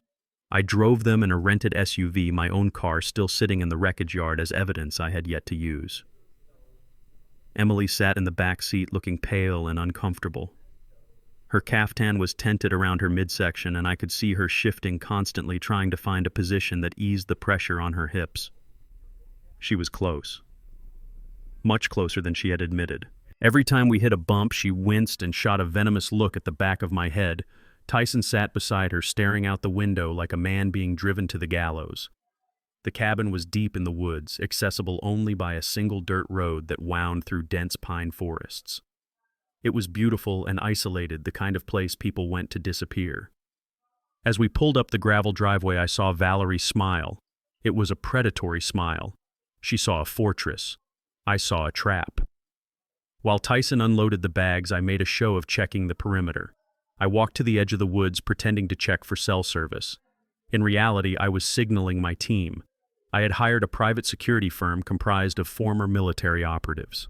They were already there, camouflaged in the tree line, their thermal scopes trained on the house. I tapped the screen of my phone 3 times, confirming my location. A single green pixel flashed on my screen in response. The perimeter was set. No one was leaving this mountain without my permission. I walked back to the house, my steps slow and heavy. I needed to begin the performance of my life. The poison Emily had given me days ago had been flushed from my system, but the symptoms were easy enough to mimic. I let my left foot drag slightly in the gravel. I allowed a slight tremor to shake my hand as I reached for the door handle. Inside, the women were already transforming the space. They had brought bags of medical supplies disguised as luggage. I saw Emily unpacking sterile sheets, clamps, and bottles of antiseptic, moving with the efficiency of a field medic. She hid them quickly when I entered, shoving them under the sofa. "Dad, you look terrible," Emily said, her voice lacking any real concern. "You should lie down. The altitude must be getting to you." I looked at her, letting my eyes drift out of focus. "I feel strange," I mumbled, slurring my words slightly. "My arm. It feels heavy." I stumbled forward, catching myself on the back of a sturdy oak chair. I let my knees buckle and I went down hard, hitting the floor with a thud that shook the room. It was not entirely acting. The stress, the lack of sleep, and the sheer weight of the betrayal were taking a physical toll. Jefferson Valerie screamed, rushing over but stopping a few feet away, afraid to touch me. "Help him up! Tyson!" Emily barked, not moving from her spot. "Get him to the bedroom." Tyson rushed over, grabbing me under the arms. He smelled of fear and stale sweat. "Dad, come on, get up," he grunted, struggling with my weight. I let myself be dead weight. I let my head loll to the side, my mouth hanging open, my eyes staring blankly at the ceiling. I was playing the part of a man suffering a severe neurological event, a delayed reaction to the trauma and the chemicals they had fed me. "He is having a stroke," Valerie whispered, her hand covering her mouth. "Oh my God, Emily, he is having a stroke. We have to call an ambulance." "No," Emily shouted, her voice cracking like a whip. "No ambulances, not now, not when we are this close. But he might die," Valerie hissed. "Let him die," Emily said coldly. "If he dies, nature has done us a favor. Just get him into the back room. If he is vegetable, he cannot stop the trust fund transfer. In fact, it makes it easier. I can guide his hand to sign the final release if he is incapacitated." I felt Tyson stiffen. He looked at his wife with horror, but he did not argue. He dragged me down the hallway, his breathing ragged. He hauled me into the small back bedroom and heaved me onto the bed. I lay there staring at the wooden beams of the ceiling, keeping my breathing shallow and irregular. "Check his pulse," Emily ordered, appearing in the doorway. Tyson pressed 2 fingers to my neck. "It is strong," he said. "He is alive. He is just gone. His eyes are open, but he is not seeing anything." "Good," Emily said. "Leave him. Shut the door. We have work to do." They left the room, closing the heavy wooden door with a click. I lay there for a moment, listening to their footsteps retreat down the hall. I was alone. I was supposed to be a vegetable. I was supposed to be dying. Slowly, I moved my hand. I reached under the heavy quilt and pulled my phone from my pocket. I had silenced it and dimmed the screen to the lowest setting. I navigated to the app connected to the listening devices I had planted in the main room of the cabin earlier that morning while loading the car. I put one earbud in, and the voices of my executioners filled my ear. "This is perfect," Valerie was saying. "I can hear the clinking of glasses. They were drinking. They were celebrating my collapse." "It really is," Emily agreed. I thought we would have to stage another accident or increase the dosage, but his old heart just gave out. Stress kills Val. We just helped it along. What if he wakes up? Tyson asked, his voice trembling. He won't, Emily said dismissively. And even if he does look at him, he is drooling, he is finished. By the time anyone finds him, the baby will be born, the papers will be signed, and we will be the grieving family who lost their patriarch right after the miracle of birth. It is poetic. I listened, my finger hovering over the banking app on my phone. They were so confident. They were so sure of their victory. So how do we split it exactly? Valerie asked, the greed dripping from her voice like oil. Once the 70% is released, how do we divide it? 50-50, Emily said instantly. Tyson and I take half, you take half. That is 25 million each. Wait, Valerie said. I am the mother. I am the one wearing this ridiculous rubber suit for months. I am the one who has to pretend to raise a white baby as my own. I deserve 60%. Don't push it, Emily snapped. It is my baby. It is my body going through labor. Without me, you have nothing but a uterus that doesn't work and a prenup that leaves you penniless. You take what I give you. I scrolled through my banking app. I navigated to the primary holding account, the one that held the liquid assets they were so desperate to seize. $50 million. It was a number on a screen, but to them, it was freedom. To me, it was just a tool. I selected the transfer option. I had already set up the recipient account days ago. It was a charitable trust dedicated to providing housing for low-income families in Chicago. It was irrevocable. I looked at the screen. Confirm transfer. In the other room, I heard them clinking glasses again. To the baby Emily toasted, and to the old man, may he rest in peace soon. I pressed the button. Processing. I watched the little wheel spin on the screen. Transfer complete. The balance in my primary account dropped to 0. I let out a long, slow breath. It was done. The money was gone. They were fighting over a corpse that had no meat left on the bones. I put the phone back in my pocket and closed my eyes. Now I just had to wait for the screams. But they didn't scream, not yet. They didn't know.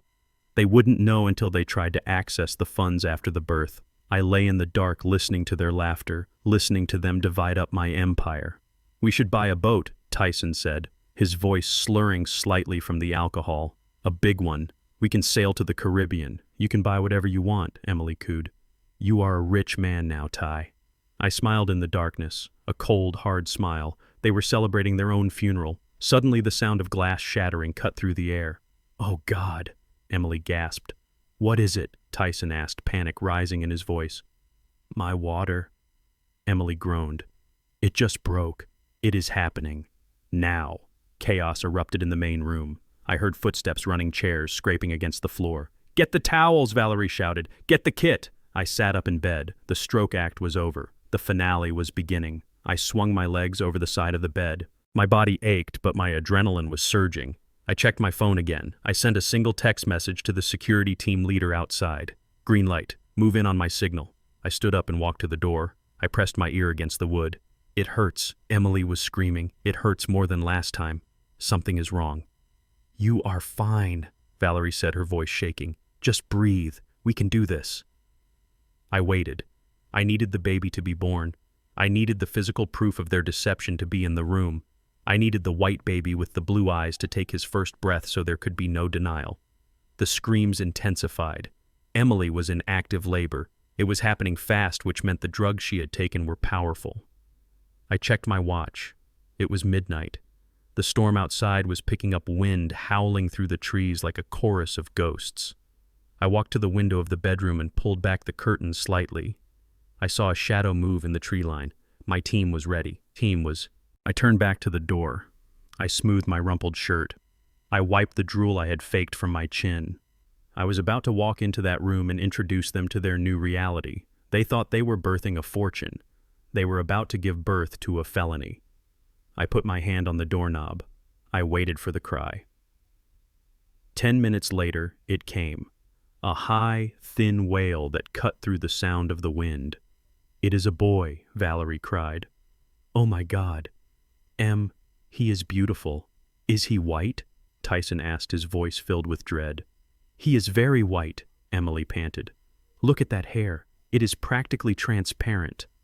Perfect, Valerie said. We wrap him up. We keep the room dim. Jefferson won't notice. I turned the doorknob. It was time to meet my grandson. The storm outside battered the cabin walls with the force of a battering ram rain slashing against the windows like handfuls of gravel thrown by an angry god. Inside, the air was thick with the smell of copper and fear. I lay in the back room, staring at the wooden ceiling, listening to the chaotic symphony of deceit unfolding just beyond the thin door. It was the most twisted performance I had ever witnessed. In the main living area, Emily was screaming a guttural, raw sound that tore through the cabin. This was real pain. Her body was ripping itself apart to bring a life into the world, a life she viewed as nothing more than a winning lottery ticket. But it was the sound coming from the adjacent bedroom that made my stomach turn. Valerie was moaning a high-pitched theatrical wail designed to mimic labor. She was timing her screams to match Emily's, trying to create a sonic cover for the biological reality happening on the rug in the living room. "Oh God, it hurts!" Valerie shouted, her voice lacking the breathless agony of genuine contraction. "The baby is coming. Jeff, can you hear me?" She was performing for an audience of one, believing I was lying comatose in the back room, drifting toward death. She wanted to make sure that if I had any lucid moments, I would remember her suffering. I would remember her sacrifice. Tyson was running between the two women, his footsteps heavy and frantic on the hardwood floor. I could hear his ragged breathing. He was unraveling. "The towels, Tyson, get the towels!" Emily roared, her voice cracking. "I am trying," Tyson yelled back. I shifted slightly in the bed, my muscles tense and aching from maintaining my rigid posture. I checked my phone under the covers. The signal from my security team was steady. They were holding the perimeter, waiting for my command. But I could not give it yet. I needed the child. I needed the undeniable proof of their fraud to take its first breath. The wind howled, shaking the foundation of the cabin. The lights flickered and then died, plunging the house into darkness. "No," Valerie shrieked. "The power." "Get the flashlights," Emily gasped. "Tyson, the emergency kit. Now!" I heard the beam of flashlights cutting through the dark. Shadows danced under the crack of my door. The atmosphere shifted from chaotic to primal. "I can see the head," Emily panted.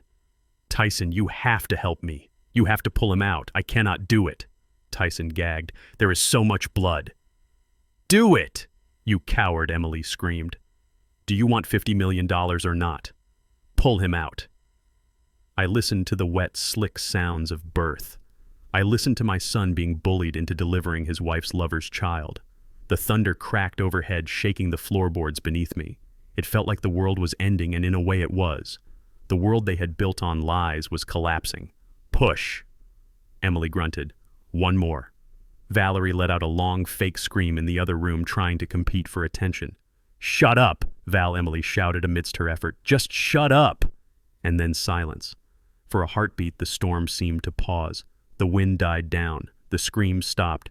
Then a sound pierced the darkness. A cry, thin and wet and alive. "He is here," Tyson whispered, his voice filled with awe and terror. "He is out." I sat up on the edge of the bed. My heart was pounding a rhythm of war. The child was born. The pawn had arrived on the board. "Wrap him up," Emily wheezed. "Wipe him off. Let me see him." I walked to the door and pressed my ear against the wood. I needed to hear the reaction. I needed to hear the moment they realized their perfect plan had a fatal flaw. "Bring the light closer," Valerie said, her voice dropping the act. "Let me see what $5 million looks like." I heard footsteps as Valerie moved from her room to the living area. The beam of the flashlight must have swept over the newborn. There was a gasp, not of joy, but of confusion. "Tyson," Emily whispered. "Shine the light on his face." "Why?" Valerie asked, her voice trembling. "What is wrong with him?" "Nothing is wrong," Tyson stammered. He is white," Valerie choked out. The silence that followed was heavier than the storm outside. It was a vacuum sucking the air out of the room. "What do you mean he is white?" Emily snapped. "Give him to me." I heard the rustle of fabric, then a sharp intake of breath. "He is really white," Valerie said, her voice rising in panic. Emily looked at him. "His hair, it is blonde. His eyes, they are blue. Newborns have blue eyes." Emily defended weakly, but I could hear the fear creeping in. "They change color." "Not like this," Valerie hissed. Jeff is black. I am black. Tyson is mixed, but he is dark. This baby looks like a Scandinavian tourist. He looks like Kyle. Tyson whispered the name, hanging in the air like a curse.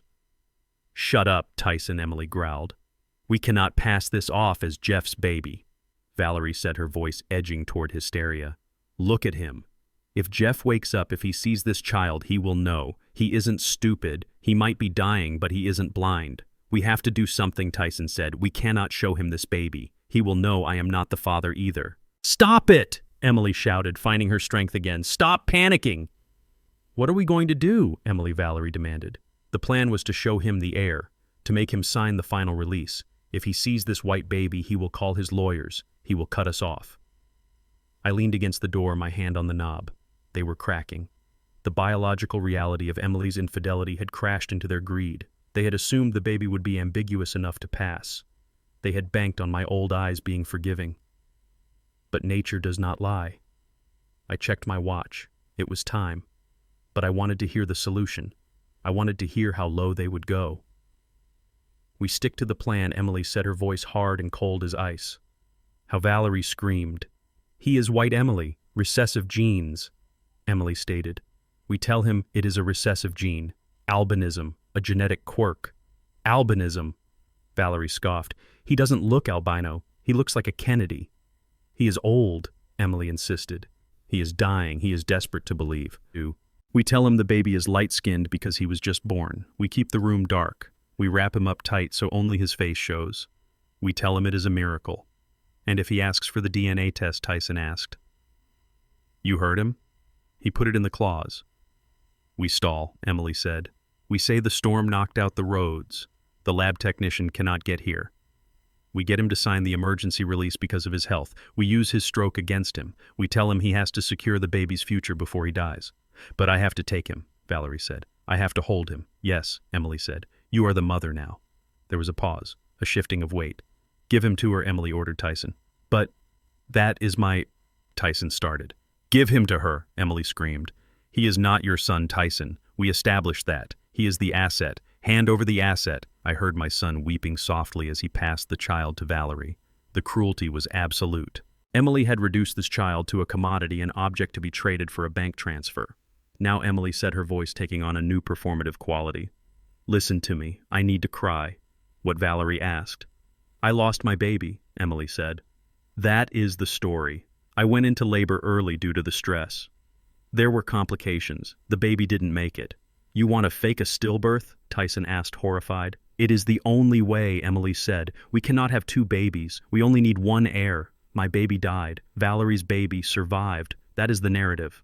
But what do we do with the evidence? Valerie asked. We bury the afterbirth, Emily said. We make it look like a tragedy. Tyson, you are going to go out there and dig a hole. You are going to bury the towels and the mess. And then you are going to come back in here and comfort your grieving wife. I cannot, Tyson sobbed. I cannot pretend my son is dead. You are not pretending his son is dead, Emily snapped. You are pretending your wife lost a pregnancy. Get it straight. Now go. I heard the back door open and close. Tyson was sent out into the storm to bury the evidence of his own dignity. Okay, Emily said. Val, give me a minute to clean up. Then we call for Jeff. If he is still alive, we wake him up. We show him the baby in the candlelight. We get the signature. And then we let nature take its course. Let nature take its course. They were going to let me die. Or help me die. I stepped back from the door. I walked to the window and signaled my team again. The green light flashed on my phone. They were moving in. I walked to the mirror in the small bedroom. I looked at myself. I wiped the sweat from my forehead. I buttoned my shirt. I was done playing the victim. I was done playing the vegetable. I walked back to the door.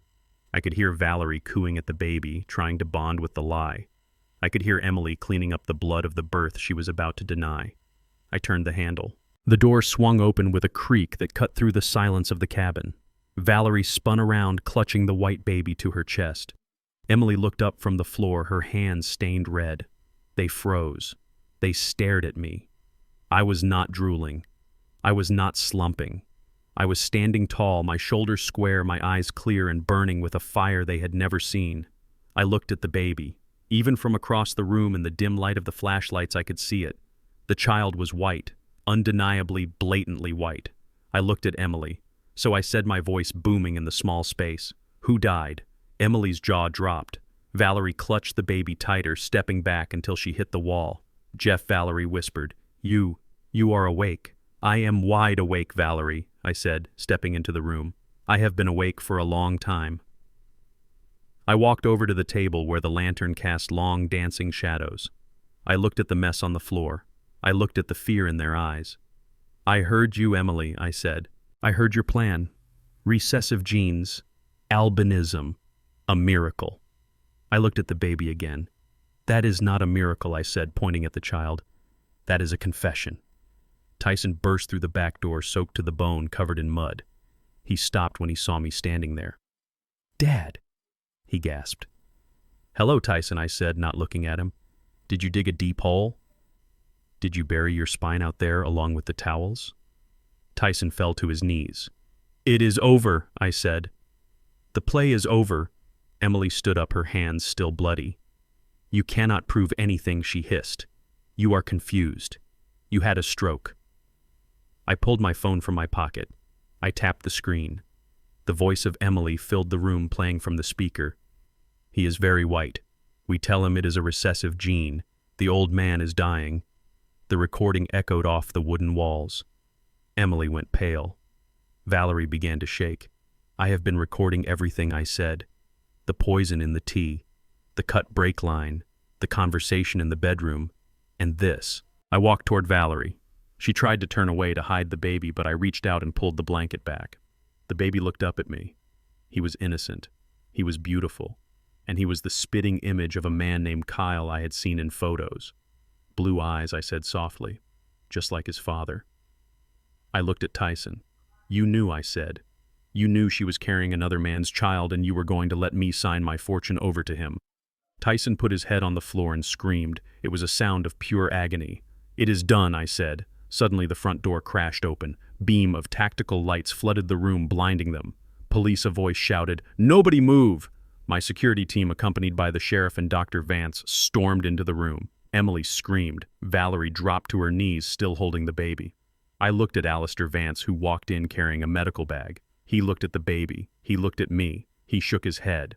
Medical impossibility, he stated. 2 O blood types cannot produce a B blood type. And Jeff, you are O. Valerie is O. He walked over and took the baby from Valerie, who offered no resistance. He checked the baby's vitals. He is healthy, Alistair said, and he is definitely not a Moor. I looked at Emily. She was being handcuffed by the sheriff. She was spitting, screaming curses at me, at Tyson, at the world. You old bastard, she yelled. You ruined everything. No, Emily, I said calmly. I just turned on the lights. I watched as they were dragged out into the storm. The nightmare was over. The truth was out. And the silence that followed was the most beautiful sound I had ever heard. The storm outside had reduced to a low, menacing growl, but inside the cabin the air was thick with a silence that felt heavier than the thunder. I watched through the crack of the door, my heart beating a slow, rhythmic drum of war. The deed was done. The child was born. Now came the transaction that would seal their fate. Emily stood in the center of the room, her face pale and slick with sweat, her body trembling from the exertion of birth. In her arms, she held the bundle of towels that contained the proof of her infidelity. She looked down at the child, not with the warmth of a mother, but with the cold calculation of a merchant inspecting goods. She moved toward the table where Valerie waited. The room was dim, lit only by the flickering lanterns they had set up to hide the truth of the child's features. Emily began to wrap the baby tighter, pulling the blankets up over his head, shadowing his face until he was nothing more than a shapeless form. She was erasing his identity. She was erasing his whiteness. She was turning him into a blank check. Here Emily whispered, her voice raspy. Take him. Valerie reached out, her hands shaking. She took the baby. I watched her face. There was no joy there, only terror and greed warring for dominance. She pulled the bundle against her chest, mimicking the posture of a mother, but her eyes were darting around the room, looking for shadows, looking for ghosts. Tyson stood in the corner, his back pressed against the rough log wall. He looked like a man who had been hollowed out. He was watching his wife hand his son to his stepmother. He was watching his own blood being sold to secure a fortune he had tried to steal. His eyes were wide and wet, rimmed with red. He looked at the baby, and for a second I saw a flicker of instinct, a desire to step forward and claim what was his. But then Emily shot him a look, a glare so sharp it could have cut glass, and Tyson shrank back. He slumped his shoulders and looked at the floor, his hands hanging uselessly by his sides. He was disgusted. He was broken. But he was compliant. Now Emily said, wiping her hands on a rag, "We have to sell it. Tyson, get the wheelchair. We need to bring the old man in here." I moved quickly. I retreated from the door and scrambled back onto the bed in the small room. I pulled the heavy quilt up to my chin. I let my mouth hang open, my eyes drift half shut. I slowed my breathing to a ragged, shallow rattle. I had to become the invalid one last time. I had to give them the rope they needed to hang themselves. I heard the door creak open. The wheels of the old wooden wheelchair clattered on the floorboards. Tyson loomed over me. He smelled of rain and dirt and shame. "Dad," he whispered, his voice cracking. "Dad, we need you to wake up." I let out a low groan, shifting my weight but not focusing my eyes. "He is out of it," Tyson called back to the main room. "Just get him in here," Emily shouted. "Drag him if you have to." Tyson grabbed me under the arms. I made myself heavy dead weight. He grunted, straining to lift me from the mattress to the chair. He wheeled me out into the main living area. The air was colder here. The smell of copper and afterbirth was pungent. They positioned me in the center of the room facing Valerie. She was sitting in the rocking chair, the baby clutched to her chest. The lanterns cast long, dancing shadows on the walls, making the cabin look like a stage set for a horror play. "Look, Jeff," Valerie cooed, her voice trembling with false sweetness. "Look who is here. It is your son." I let my head roll to the side, my eyes blinking slowly. I looked at the bundle. I couldn't see the baby's face, only the top of his head, which was covered by a knit cap. They were taking no chances. Emily stepped into my line of sight. She had cleaned herself up, thrown a fresh robe over her body. She held a clipboard in her hand. On it was a document. I knew what it was. It was the irrevocable transfer of assets. The document that would hand over my empire to the child, and by extension to them. "Dad," Emily said, leaning down so her face was close to mine. Her breath was hot against my ear. "Can you hear me, Dad?" I groaned again, a sound of confusion and pain. "He is weak," Emily said to the room. "We have to hurry. He might not last the night." She took my hand. Her skin was cold.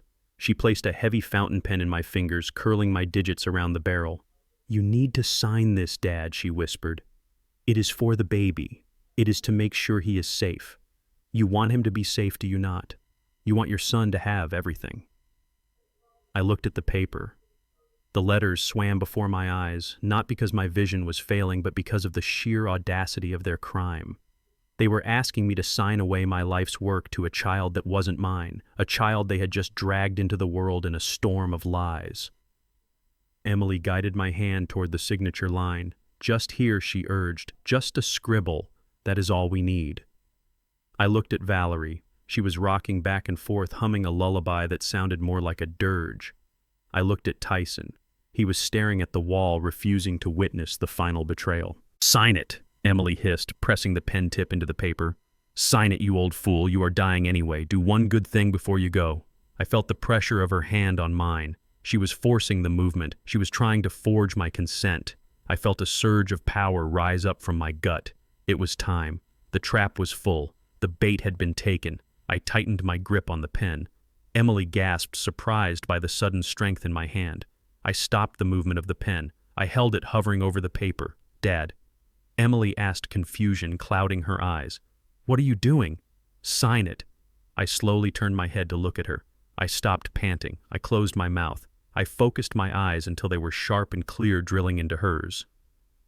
"No," I said. The word was quiet, but it carried the weight of a judge's gavel. Emily froze. Valerie stopped rocking. Tyson turned his head slowly, his eyes widening. "What did you say?" Emily whispered. I said no. I repeated, my voice stronger now, filling the room. I ripped my hand away from her grasp. I let the pen fall to the floor. It clattered loudly in the silence. Then I did the impossible. I placed my hands on the armrests of the wheelchair. I pushed down. I stood up. I did not stand up like an old man. I did not shake. I did not stumble. I rose to my full height, towering over Emily. I reached up and adjusted the collar of my shirt, smoothing out the wrinkles. I buttoned my vest. I wiped the fake sweat from my forehead with the back of my hand. Emily stumbled back, tripping over her own robe. She looked at me as if a corpse had just climbed out of a coffin. "You," she stammered. You are walking." "I am walking," I confirmed, my voice cold steel. "I am talking, and I am seeing everything, Emily." Valerie let out a small whimper, clutching the baby tighter. Tyson backed away until he hit the wall, sliding down it as if his legs had turned to water. "But—" "The stroke," Emily gasped. "The tea. The poison." "I didn't drink the tea, Emily," I said, taking a step toward her. "I poured it in the fern. The fern died. I lived." Her face went white. Total, absolute shock. "And the car," I continued, relentless. "I didn't crash because I am old. I crashed because you cut the brake lines. I found the cut. I have the photos." Emily looked around the room, frantically looking for a weapon, looking for an exit, looking for anything that could save her. "You have no proof," she shrieked. "It is your word against ours. We are a family. You are a confused old man." I reached into my pocket and pulled out my phone. I held it up. "I have audio of every word you said in this cabin," I told her. "I have audio of you admitting the baby is Kyle's. I have audio of you planning my death. I have audio of you telling Tyson to bury the evidence." Tyson let out a sob, covering his face with his hands. "That is illegal," Emily screamed, lunging for the phone. "Give me that." I caught her wrist in midair. My grip was iron. I twisted her arm away, pushing her back effortlessly. "Sit down, Emily," I ordered. She fell onto the sofa, looking up at me with pure hatred. "You think you have won?" she spat. "You are alone here, old man. It is 3 against 1. We can still finish this." "Tyson, get the gun." Tyson didn't move. He stayed on the floor, weeping. "Tyson." Emily screamed. "Get the gun from the bag. Shoot him. We can say it was self-defense." Tyson looked up. His face was a mask of agony. "No," he whispered. "I am not shooting my father. Then I will do it." Emily yelled, scrambling toward the duffel bag where the flare gun was kept. She didn't make it 2 steps. The back door of the cabin, the one leading to the kitchen, smashed open with a force that shook the entire structure. Splinters of wood flew into the room. "Freeze," a voice bellowed. 3 men in tactical gear burst into the room, weapons drawn. Behind them walked 2 figures that made Valerie scream. Sheriff Miller walked in, his hand resting on his holster. And beside him, carrying a black medical bag, was Dr. Alistair Vance. Emily froze, her hand inches from the bag. "Step away from the bag, ma'am," the sheriff ordered, his voice calm but deadly serious. Emily slowly raised her hands. She looked at me, then at the sheriff, then at Alistair. The realization hit her. The perimeter, the security, the trap. It had been set days ago. Alistair walked past the police. He didn't look at Emily. He walked straight to me. "Are you all right, Jeff?" he asked. "I am fine, Alistair," I said.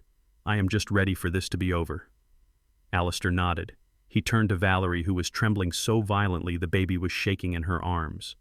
"Hand me the child," Valerie, Alistair said gently. "No," Valerie whispered, clutching the bundle. "He is mine. He is my son." Alistair stepped closer. "Valerie," he said, his voice firm. "We know about the hysterectomy. We know about the silicone stomach. We know everything. Hand me the baby before you hurt him." Valerie looked at me one last time, her eyes begging for a mercy I did not have. Then she slumped. She held the baby out. Alistair took the child. He walked over to the table and placed the baby under the light. He unwrapped the blankets. The baby kicked his legs free. He was naked now, vulnerable and undeniably white. His skin was pale pink, his hair a fuzz of golden blonde. Alistair pulled a stethoscope from his bag. He checked the baby's heart. Then he took a small kit from his bag.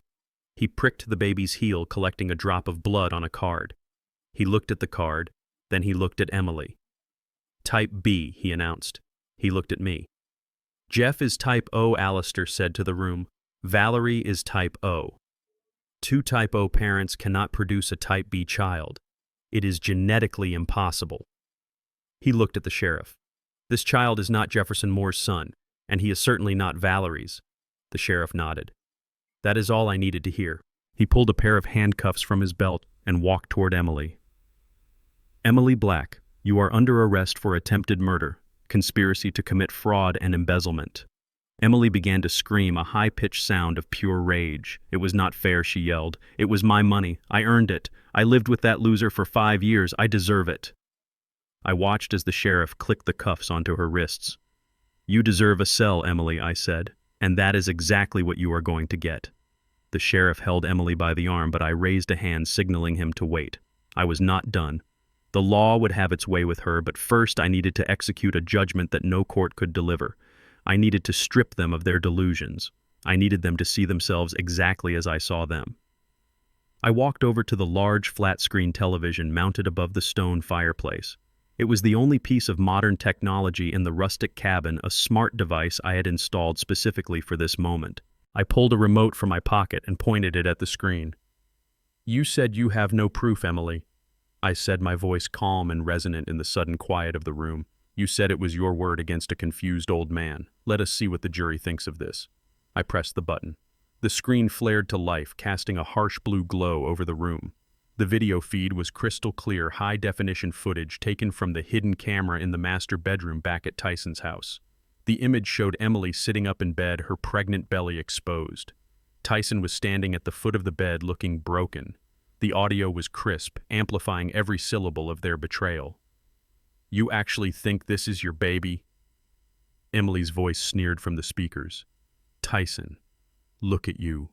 Look in the mirror. You are weak. You are soft. Do you really think a man like you could get a woman like me pregnant?"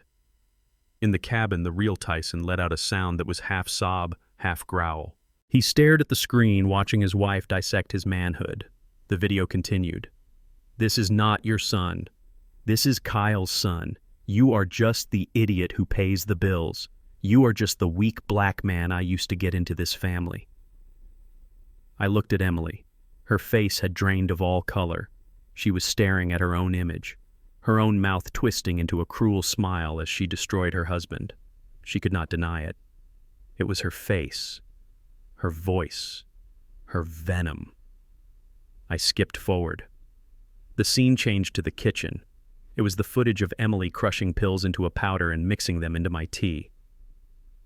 "This will knock him out," the video, Emily said. "If his heart stops, it stops. We save money on nursing care." Valerie gasped, covering her mouth with her hand. Even she hadn't known the full extent of the poisoning plan. She looked at Emily with a mixture of fear and revulsion. I skipped forward again. This time it was the audio from the car ride up to the cabin. The dash cam I had installed recorded the interior conversation. "We cut the brakes," Emily's voice said clearly. "We blame the rain. We blame the mechanic. By the time they find the wreck, the baby will be born and the money will be ours." I turned off the TV. The screen went black, plunging the room back into the dim lantern light. I looked at the sheriff. "That is conspiracy to commit murder, attempted murder, and fraud. And I have copies sent to my lawyer, the district attorney, and 3 separate cloud servers." Emily was shaking. Her eyes darted around the room, wild and feral. She looked at the sheriff, who was tightening his grip on her arm. She looked at the door blocked by my security team. She looked at the baby lying on the table under Alistair's protective gaze. She realized it was over. The narrative she had constructed, the lie she had lived, the future she had killed for it, was all ash. And in that moment she snapped. The cold, calculating psychopath vanished, replaced by a cornered animal. She let out a scream that sounded inhuman. With a sudden, violent jerk, she twisted her body, greasing her arm out of the sheriff's grip. She didn't run for the door. She didn't run for me. She ran for the baby. "Give him to me," she shrieked, her eyes fixed on the child. "He is my ticket. He is my money." She lunged across the room, her hands clawed, reaching for the infant. Alistair stepped back, shielding the baby with his body, but Emily was fast fueled by a maniacal desperation. She grabbed a heavy brass candlestick from the table, swinging it like a club. "Move!" she screamed. "Give me the asset!" She was going to take the child hostage. She was going to use an innocent life, a baby barely an hour old, as a human shield to negotiate her exit. I moved to intercept her, but I was too far away. The sheriff was drawing his taser, but he couldn't fire without risking hitting Alistair or the baby. Emily raised the candlestick, ready to strike Alistair down. Then a shadow moved from the corner. It was Tyson. My son, who had spent his entire life avoiding conflict, who had let this woman strip him of his dignity, who had stood by while she planned my murder, finally moved.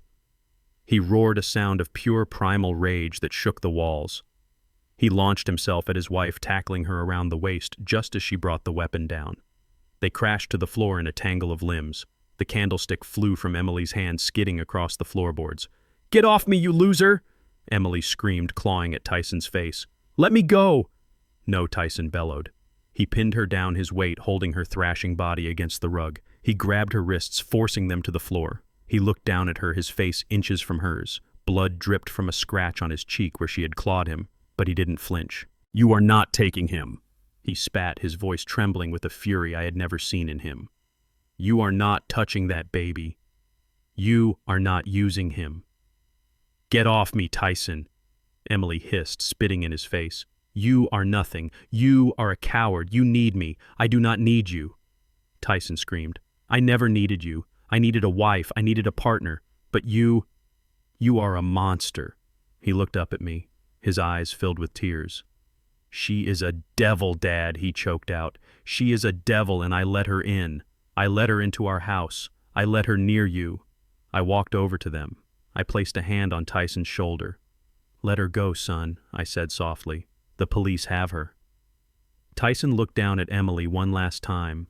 The love, the obsession, the dependence, it was all gone. In its place was nothing but disgust. "You are not my wife," he whispered. "You are just a thief." He rolled off her, standing up and backing away, wiping his face as if he could scrub away the memory of her touch. The sheriff and his deputies moved in instantly, pulling Emily to her feet and securing her hands behind her back with zip ties, this time tight enough to cut off circulation. She was panting, her hair wild, her eyes staring hatefully at Tyson. "You will regret this," she screamed. "You are broke, Tyson. You are going to jail too. You embezzled the money. I will testify. I will bury you." Tyson looked at me. He didn't look away. "Let her testify," he said quietly. "I deserve it.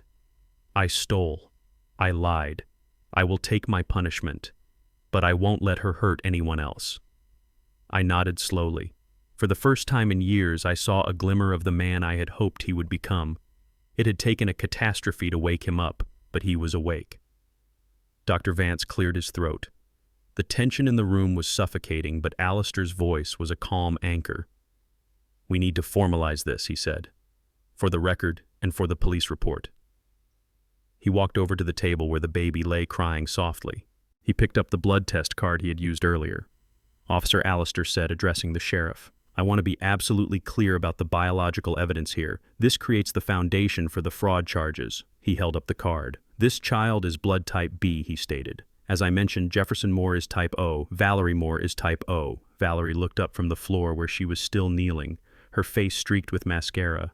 "But maybe there was a mistake," she whispered, grasping at straws. "Maybe Jeff isn't type O." I laughed. It was a dry, humorless sound. "I am type O, Valerie," I said. "I have donated blood every year for 30 years. I know my blood type."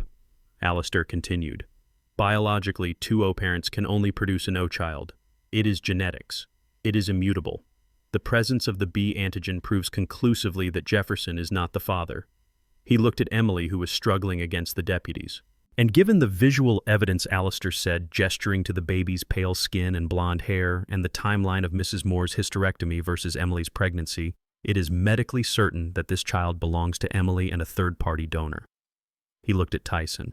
"And since Tyson is also type O," Alistair added gently, "he cannot be the father either." Tyson nodded. "I know," he said. "I know. But there is one more thing," I said, stepping into the center of the room. "One more detail that makes this entire charade even more pathetic." I looked at Valerie and then at Emily. "You went to such lengths," I said. "You bought a fake stomach. You faked ultrasounds. You induced labor in a storm.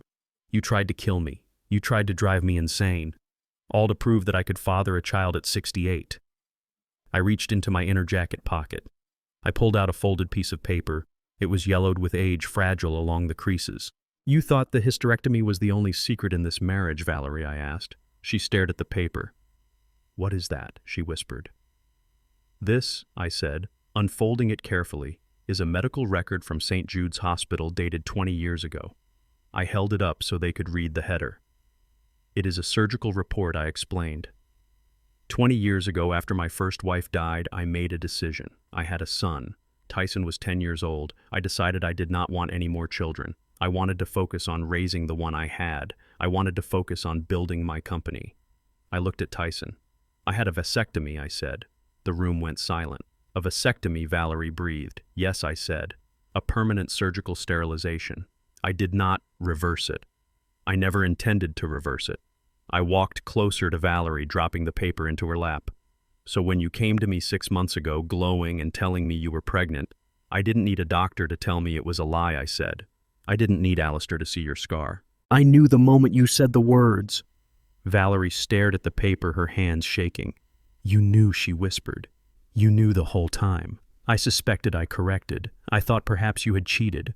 I thought perhaps you were sleeping with a younger man. That hurt, but it was simple infidelity. I was prepared to divorce you quietly. I looked at Emily. But then Alistair told me about the hysterectomy, I said, and then I saw Emily's belly, and then I found the poison, and I realized it wasn't just cheating, it was a conspiracy, it was a heist. You let us do it, Emily hissed. You watched us. I gave you a rope, I said, cold and hard. I wanted to see if you would climb out of the hole or hang yourselves. You chose to hang yourselves. I looked at the baby lying on the table. That child, I said, pointing to the infant, never had a chance of being my heir. Not because of his skin color, not because of his mother, but because I physically cannot produce a child. I turned back to them, my voice rising. You played a game you had already lost before the first dice was thrown. You bet everything on a biological impossibility. Valerie began to weep loud, ugly sobs that racked her body. She realized the magnitude of her stupidity. She realized she had spent months wearing a rubber suit for a man who knew she was barren. I stood over her. You wanted $5 million, I said. You wanted a villa. Now you have nothing. The prenup stands. The fraud voids any claim you had to my estate. You will leave this marriage with exactly what you brought into it. Nothing. I looked at the sheriff. Get them out of here, I said. I am tired of looking at them. The deputies began to drag Emily and Valerie toward the door. Emily fought, screaming curses, kicking at the officers. Valerie went limp, having to be carried out like a sack of laundry. Tyson stood by the window watching them go. He didn't move to help them. He didn't say a word. He just watched the police lights flash against the wet trees, painting the room in strokes of red and blue. When the door closed behind them, the silence returned. It was heavy but clean. The air felt lighter, as if the poison had finally been drained from the room. Alistair wrapped the baby in a fresh blanket. What about the boy, Jeff? He asked softly. He is innocent in this. I walked over and looked down at the child. He was sleeping now, exhausted by his entry into the world.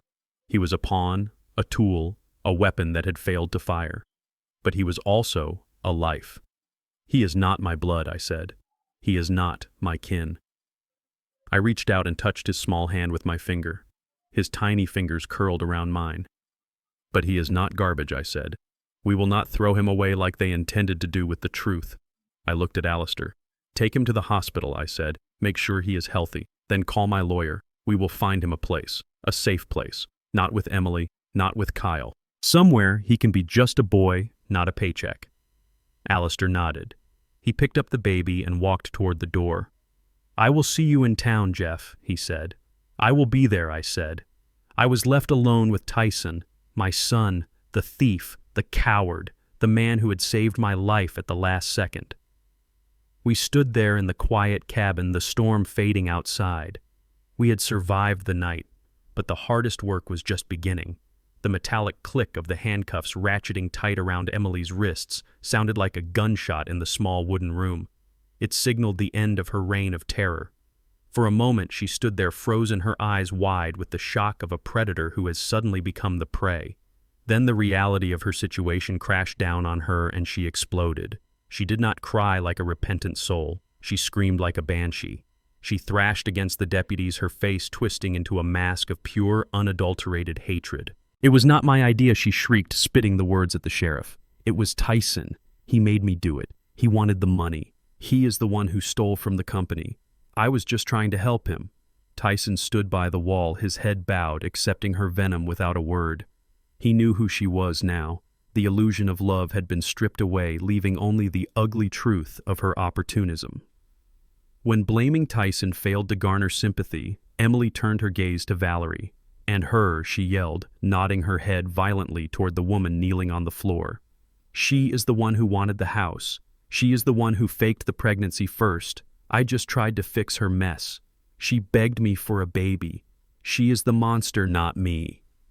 Valerie looked up, her eyes hollow. She didn't even have the energy to defend herself. She just watched as the woman she had conspired with threw her to the wolves.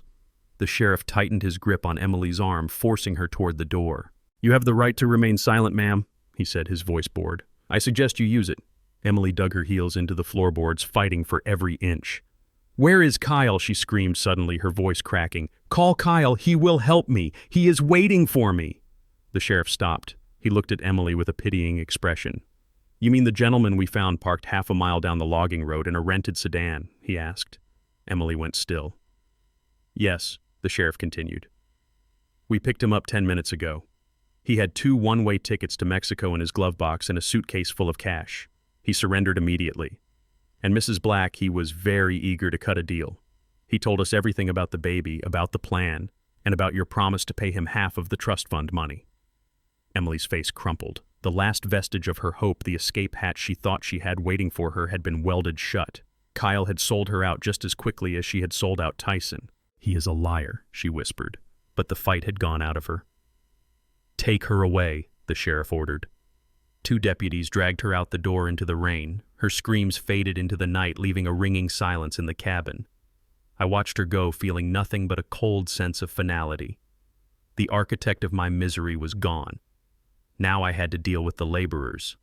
I turned my attention to Valerie. She was still on her knees in the center of the room, surrounded by the debris of the birth. The fake belly lay in the corner, a discarded prop from a failed play. She looked up at me, her mascara running in dark streaks down her face. She looked old. The vibrant, youthful woman I thought I had married was gone, replaced by a desperate creature clinging to the wreckage of her life. "Jeff," she croaked, reaching out a trembling hand toward my pant leg. "Please, you have to listen to me." She manipulated me. I was scared. I didn't want to hurt you. I just wanted to give you a family. I took a step back, moving my leg out of her reach. I looked down at her with the same detachment I would use to inspect a flawed foundation. "You wanted to give me a bill, Valerie," I said, my voice flat. "You wanted to give me a lie wrapped in a blanket." "Jeff, I love you," she sobbed, prostrating herself on the floor. "I made a mistake, a terrible mistake, but we can get past this. I will sign whatever you want. I will go to therapy. Please do not throw me out. I have nowhere to go." I reached into my jacket pocket. I didn't pull out a handkerchief to dry her tears. I pulled out a long white envelope. I had carried it with me for 3 days, waiting for this exact moment. I tossed the envelope onto the floor in front of her. It landed with a soft slap. "Pick it up," I ordered. Valerie looked at the envelope, then at me. Her hands shook as she reached for it. She opened it, tearing the paper in her haste. She pulled out the document inside. It was a single page, dense with legal text. "What is this?" she whispered. "It is a petition for divorce," I said, "and a copy of our prenuptial agreement." Valerie scanned the page, her eyes darting back and forth. "Read Section 4, Paragraph 2, I said, the infidelity clause, and Section 5, Paragraph 1, the fraud clause." Valerie read. I saw the color drain from her face. I saw her lips move as she sounded out the words. "Total forfeiture of assets, immediate termination of spousal support, nullification of all gifts and transfers." "You get nothing, Valerie," I said, my voice hard as granite. "No alimony, no house, no car, no settlement. The jewelry you are wearing belongs to the estate. The clothes on your back are the only thing you own right now." She looked up at me, horror dawning in her eyes. "But, Jeff," she stammered, "I have been your wife for 5 years. You cannot leave me on the street." "I can," I said, "and I am. You tried to pass off another man's child as my heir. You conspired to poison me. You breached every contract, moral and legal, that exists between a husband and wife." I pointed to the door. "Get out," I said. "Jeff, please," she begged, trying to grab my hand again. "I said get out!" I roared, my voice shaking the cabin walls. Valerie flinched. She scrambled to her feet, clutching the divorce papers to her chest. She looked around the room, realizing she had no allies left. Emily was gone. Tyson was broken. I was a stone wall. She turned and ran. She ran out the door into the rain, leaving behind her dignity, her marriage, and the life of luxury she had sold her soul to keep. I watched the door swing shut behind her. 2 down, 1 to go. I turned to Tyson. He had not moved from the wall. He stood there like a statue of misery, his eyes fixed on the spot where the baby had lain. He looked at me, and I saw a man who had lost everything, including himself. He slowly peeled himself off the wall. He walked toward the sheriff, holding out his hands, wrists together, ready to be cuffed. "Take me," he said, his voice devoid of emotion. "I am ready." The sheriff looked at me, raising an eyebrow. He was waiting for my signal. Tyson had confessed to embezzlement. He was an accessory to the fraud. I could send him to prison for 20 years with a single nod. I looked at my son. I saw the boy I had raised. I saw the weakness that had allowed him to be corrupted. But I also saw the man who at the critical moment had chosen his father over his wife. He had tackled Emily. He had stopped her from hurting the baby. He had finally found a shred of a spine. "Wait," I said to the sheriff. Tyson looked at me confused. "Dad, just let them take me. I deserve it. I stole from the company. I let them hurt you. I don't want to be here anymore." "You want the easy way out, Tyson," I said, walking toward him. "You want to go to a cell where you don't have to make decisions, where you can wallow in your guilt and pretend you are paying for your sins. That is cowardice, son." I stood in front of him. "I am not going to press charges for the embezzlement," I said. Tyson blinked, tears spilling over his lashes. "Why?" "Because prison will not fix you," I said. "It will just break you further. And I do not want a broken son. I want a man." I reached out and took his hands, lowering them. "You are not going to jail, Tyson, but you are not coming back to the firm. You are fired." Tyson nodded, accepting the judgment. "I understand." "And you are not getting a penny of my money," I continued. "The accounts are closed to you. The credit cards are canceled. The house you live in will be sold to pay back the money you stole from the company. You are starting from zero." "I understand," he whispered. "But you have to live, Tyson," I said, gripping his shoulder. "You have to go out there and find a job. A real job, manual labor, something that makes your hands bleed and your back ache. You need to learn the value of a dollar you actually earned. You need to build your own life brick by brick without me, without Emily, without a safety net." I looked into his eyes.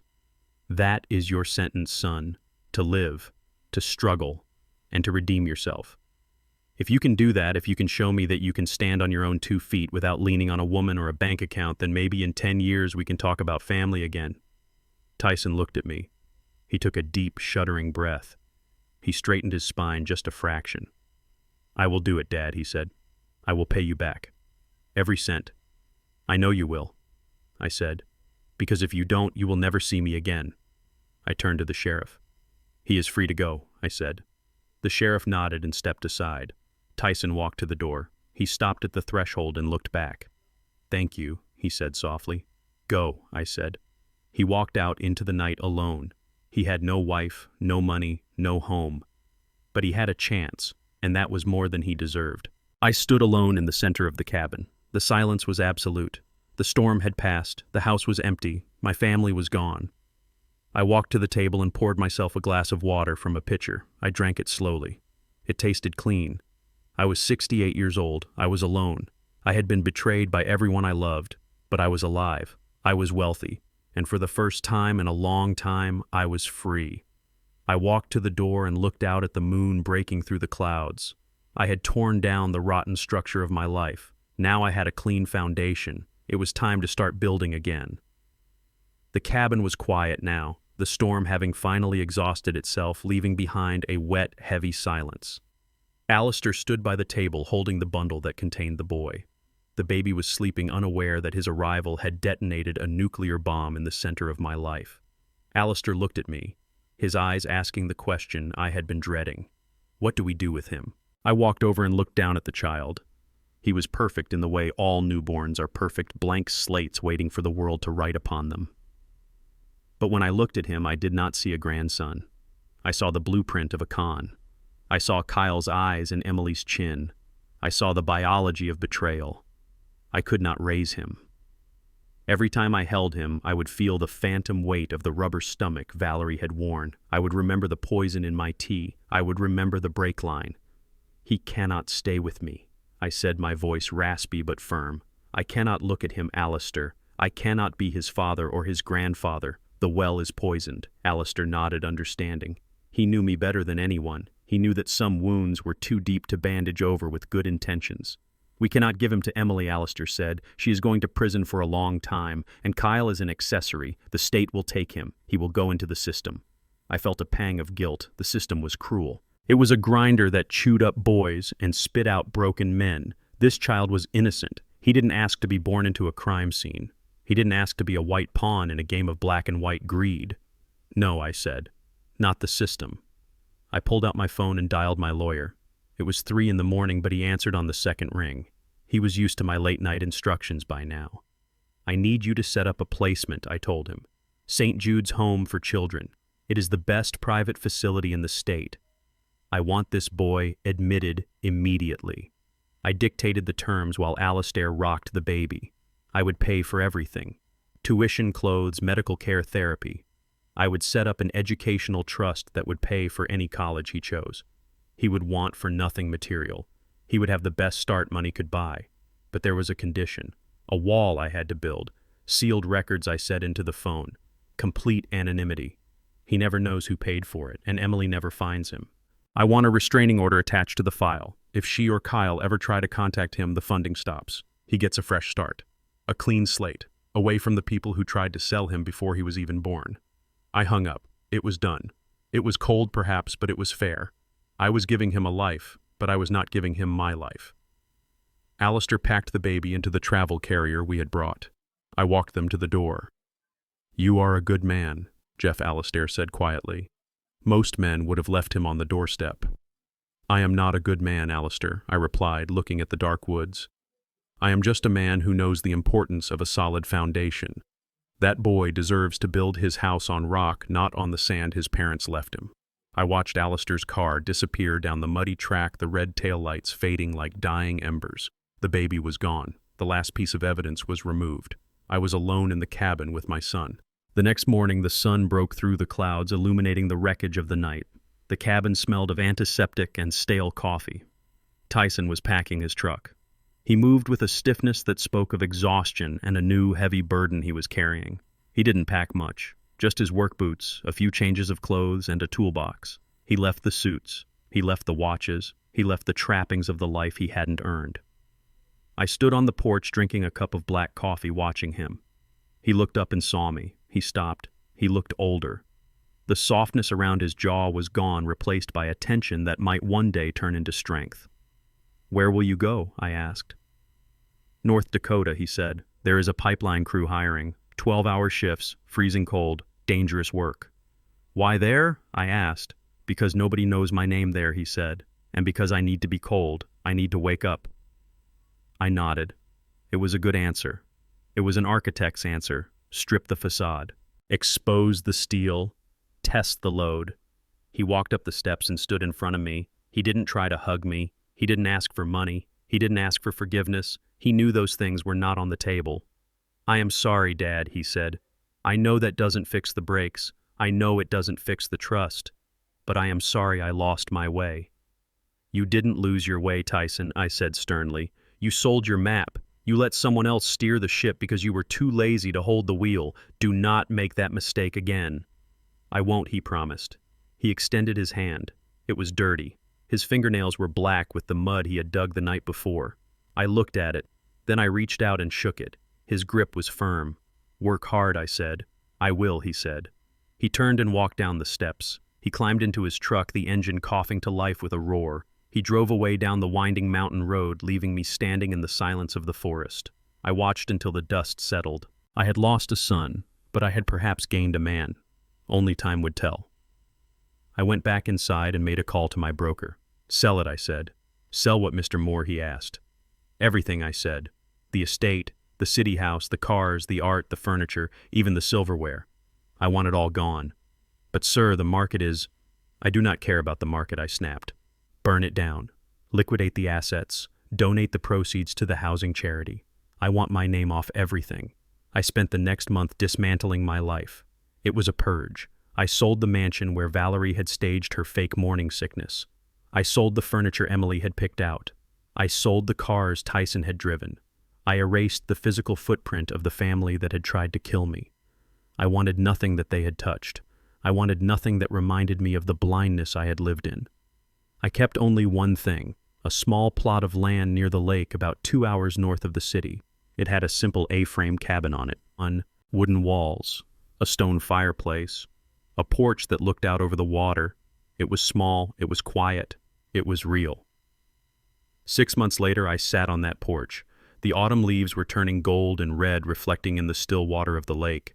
The air was crisp, carrying the scent of wood smoke. I rocked in a simple wooden chair, a blanket over my knees. The sound of tires on gravel announced a visitor. I didn't reach for a weapon. I didn't check the cameras. I knew who it was. Alistair walked up the path carrying a brown paper bag. He looked tired but good. He walked up the steps and sat in the chair next to me. He pulled a bottle of wine out of the bag, a 1985 Bordeaux. "I thought you might be thirsty," he said. I smiled. "For this, I am always thirsty."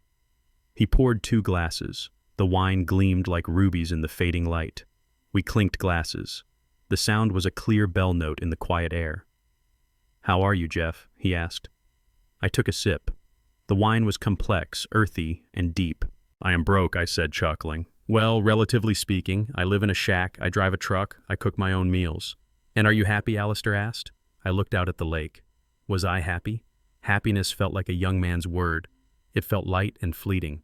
What I felt was something heavier, something more durable. "I am at peace," I said. "I wake up in the morning and I know that the person in the mirror is the only one I have to answer to. I know that the food on my table is not poisoned. I know that the silence in my house is not full of secrets." Alistair nodded. "And the others?" "Emily got 20 years, I said. "No parole for 15. Valerie is working as a hostess in a diner in Jersey. She sends me letters sometimes. I burn them." "And Tyson?" Alistair asked. "He sent me a check last week," I said, pulling a crumpled piece of paper from my pocket. $500. It is the first installment of the money he stole. He said he is made foreman. He said his hands are covered in calluses. "He is building something," Alistair said. "He is trying," I said. "That is all we can ask." We sat in silence for a long time, watching the sun dip below the horizon. The world was turning dark, but I was not afraid of the dark anymore. I had lived through the blackest night of my life, and I had come out the other side. "You know," Alistair said, looking at me, "you saved yourself, Jeff. I gave you a note, but you did the heavy lifting." I shook my head. "You gave me the truth, Alistair. That is the only tool that matters. Without the truth, I was building a castle on a swamp. With the truth, I could tear it down and build this." I gestured to the small cabin, the lake, the quiet evening. "It is not much," I said. "It is everything," Alistair corrected. "It is real." I raised my glass. "To loyalty," I said. "The rarest currency on earth." "To loyalty," Alistair agreed. We drank the wine as the stars came out one by one. I was 68 years old. I was alone. I had scars on my heart and a family scattered to the winds. But as I sat there listening to the water lap against the shore, I realized I was the richest man in the world. I had the truth, I had a friend, and I had the rest of my life to live it on my own terms. The price had been high. It had cost me everything I thought I wanted, but the peace I had bought with it was worth every single penny. We are often told that blood is thicker than water, but I learned the hard way that sometimes blood is just a stain you must wash away to survive. True family is not defined by DNA, but by loyalty, respect, and who stands beside you when the storm breaks. I spent a lifetime building a fortune for people who only saw me as a paycheck. In the end, the most valuable asset I possess isn't my money, it's my peace. Never be afraid to burn down a toxic life to build a peaceful one on the ashes. If this story kept you on the edge of your seat, hit that like button and subscribe for more tales of justice and redemption. Let me know in the comments. Would you have given Tyson a second chance like I did, or would you have let him go to prison with his wife? I read every comment.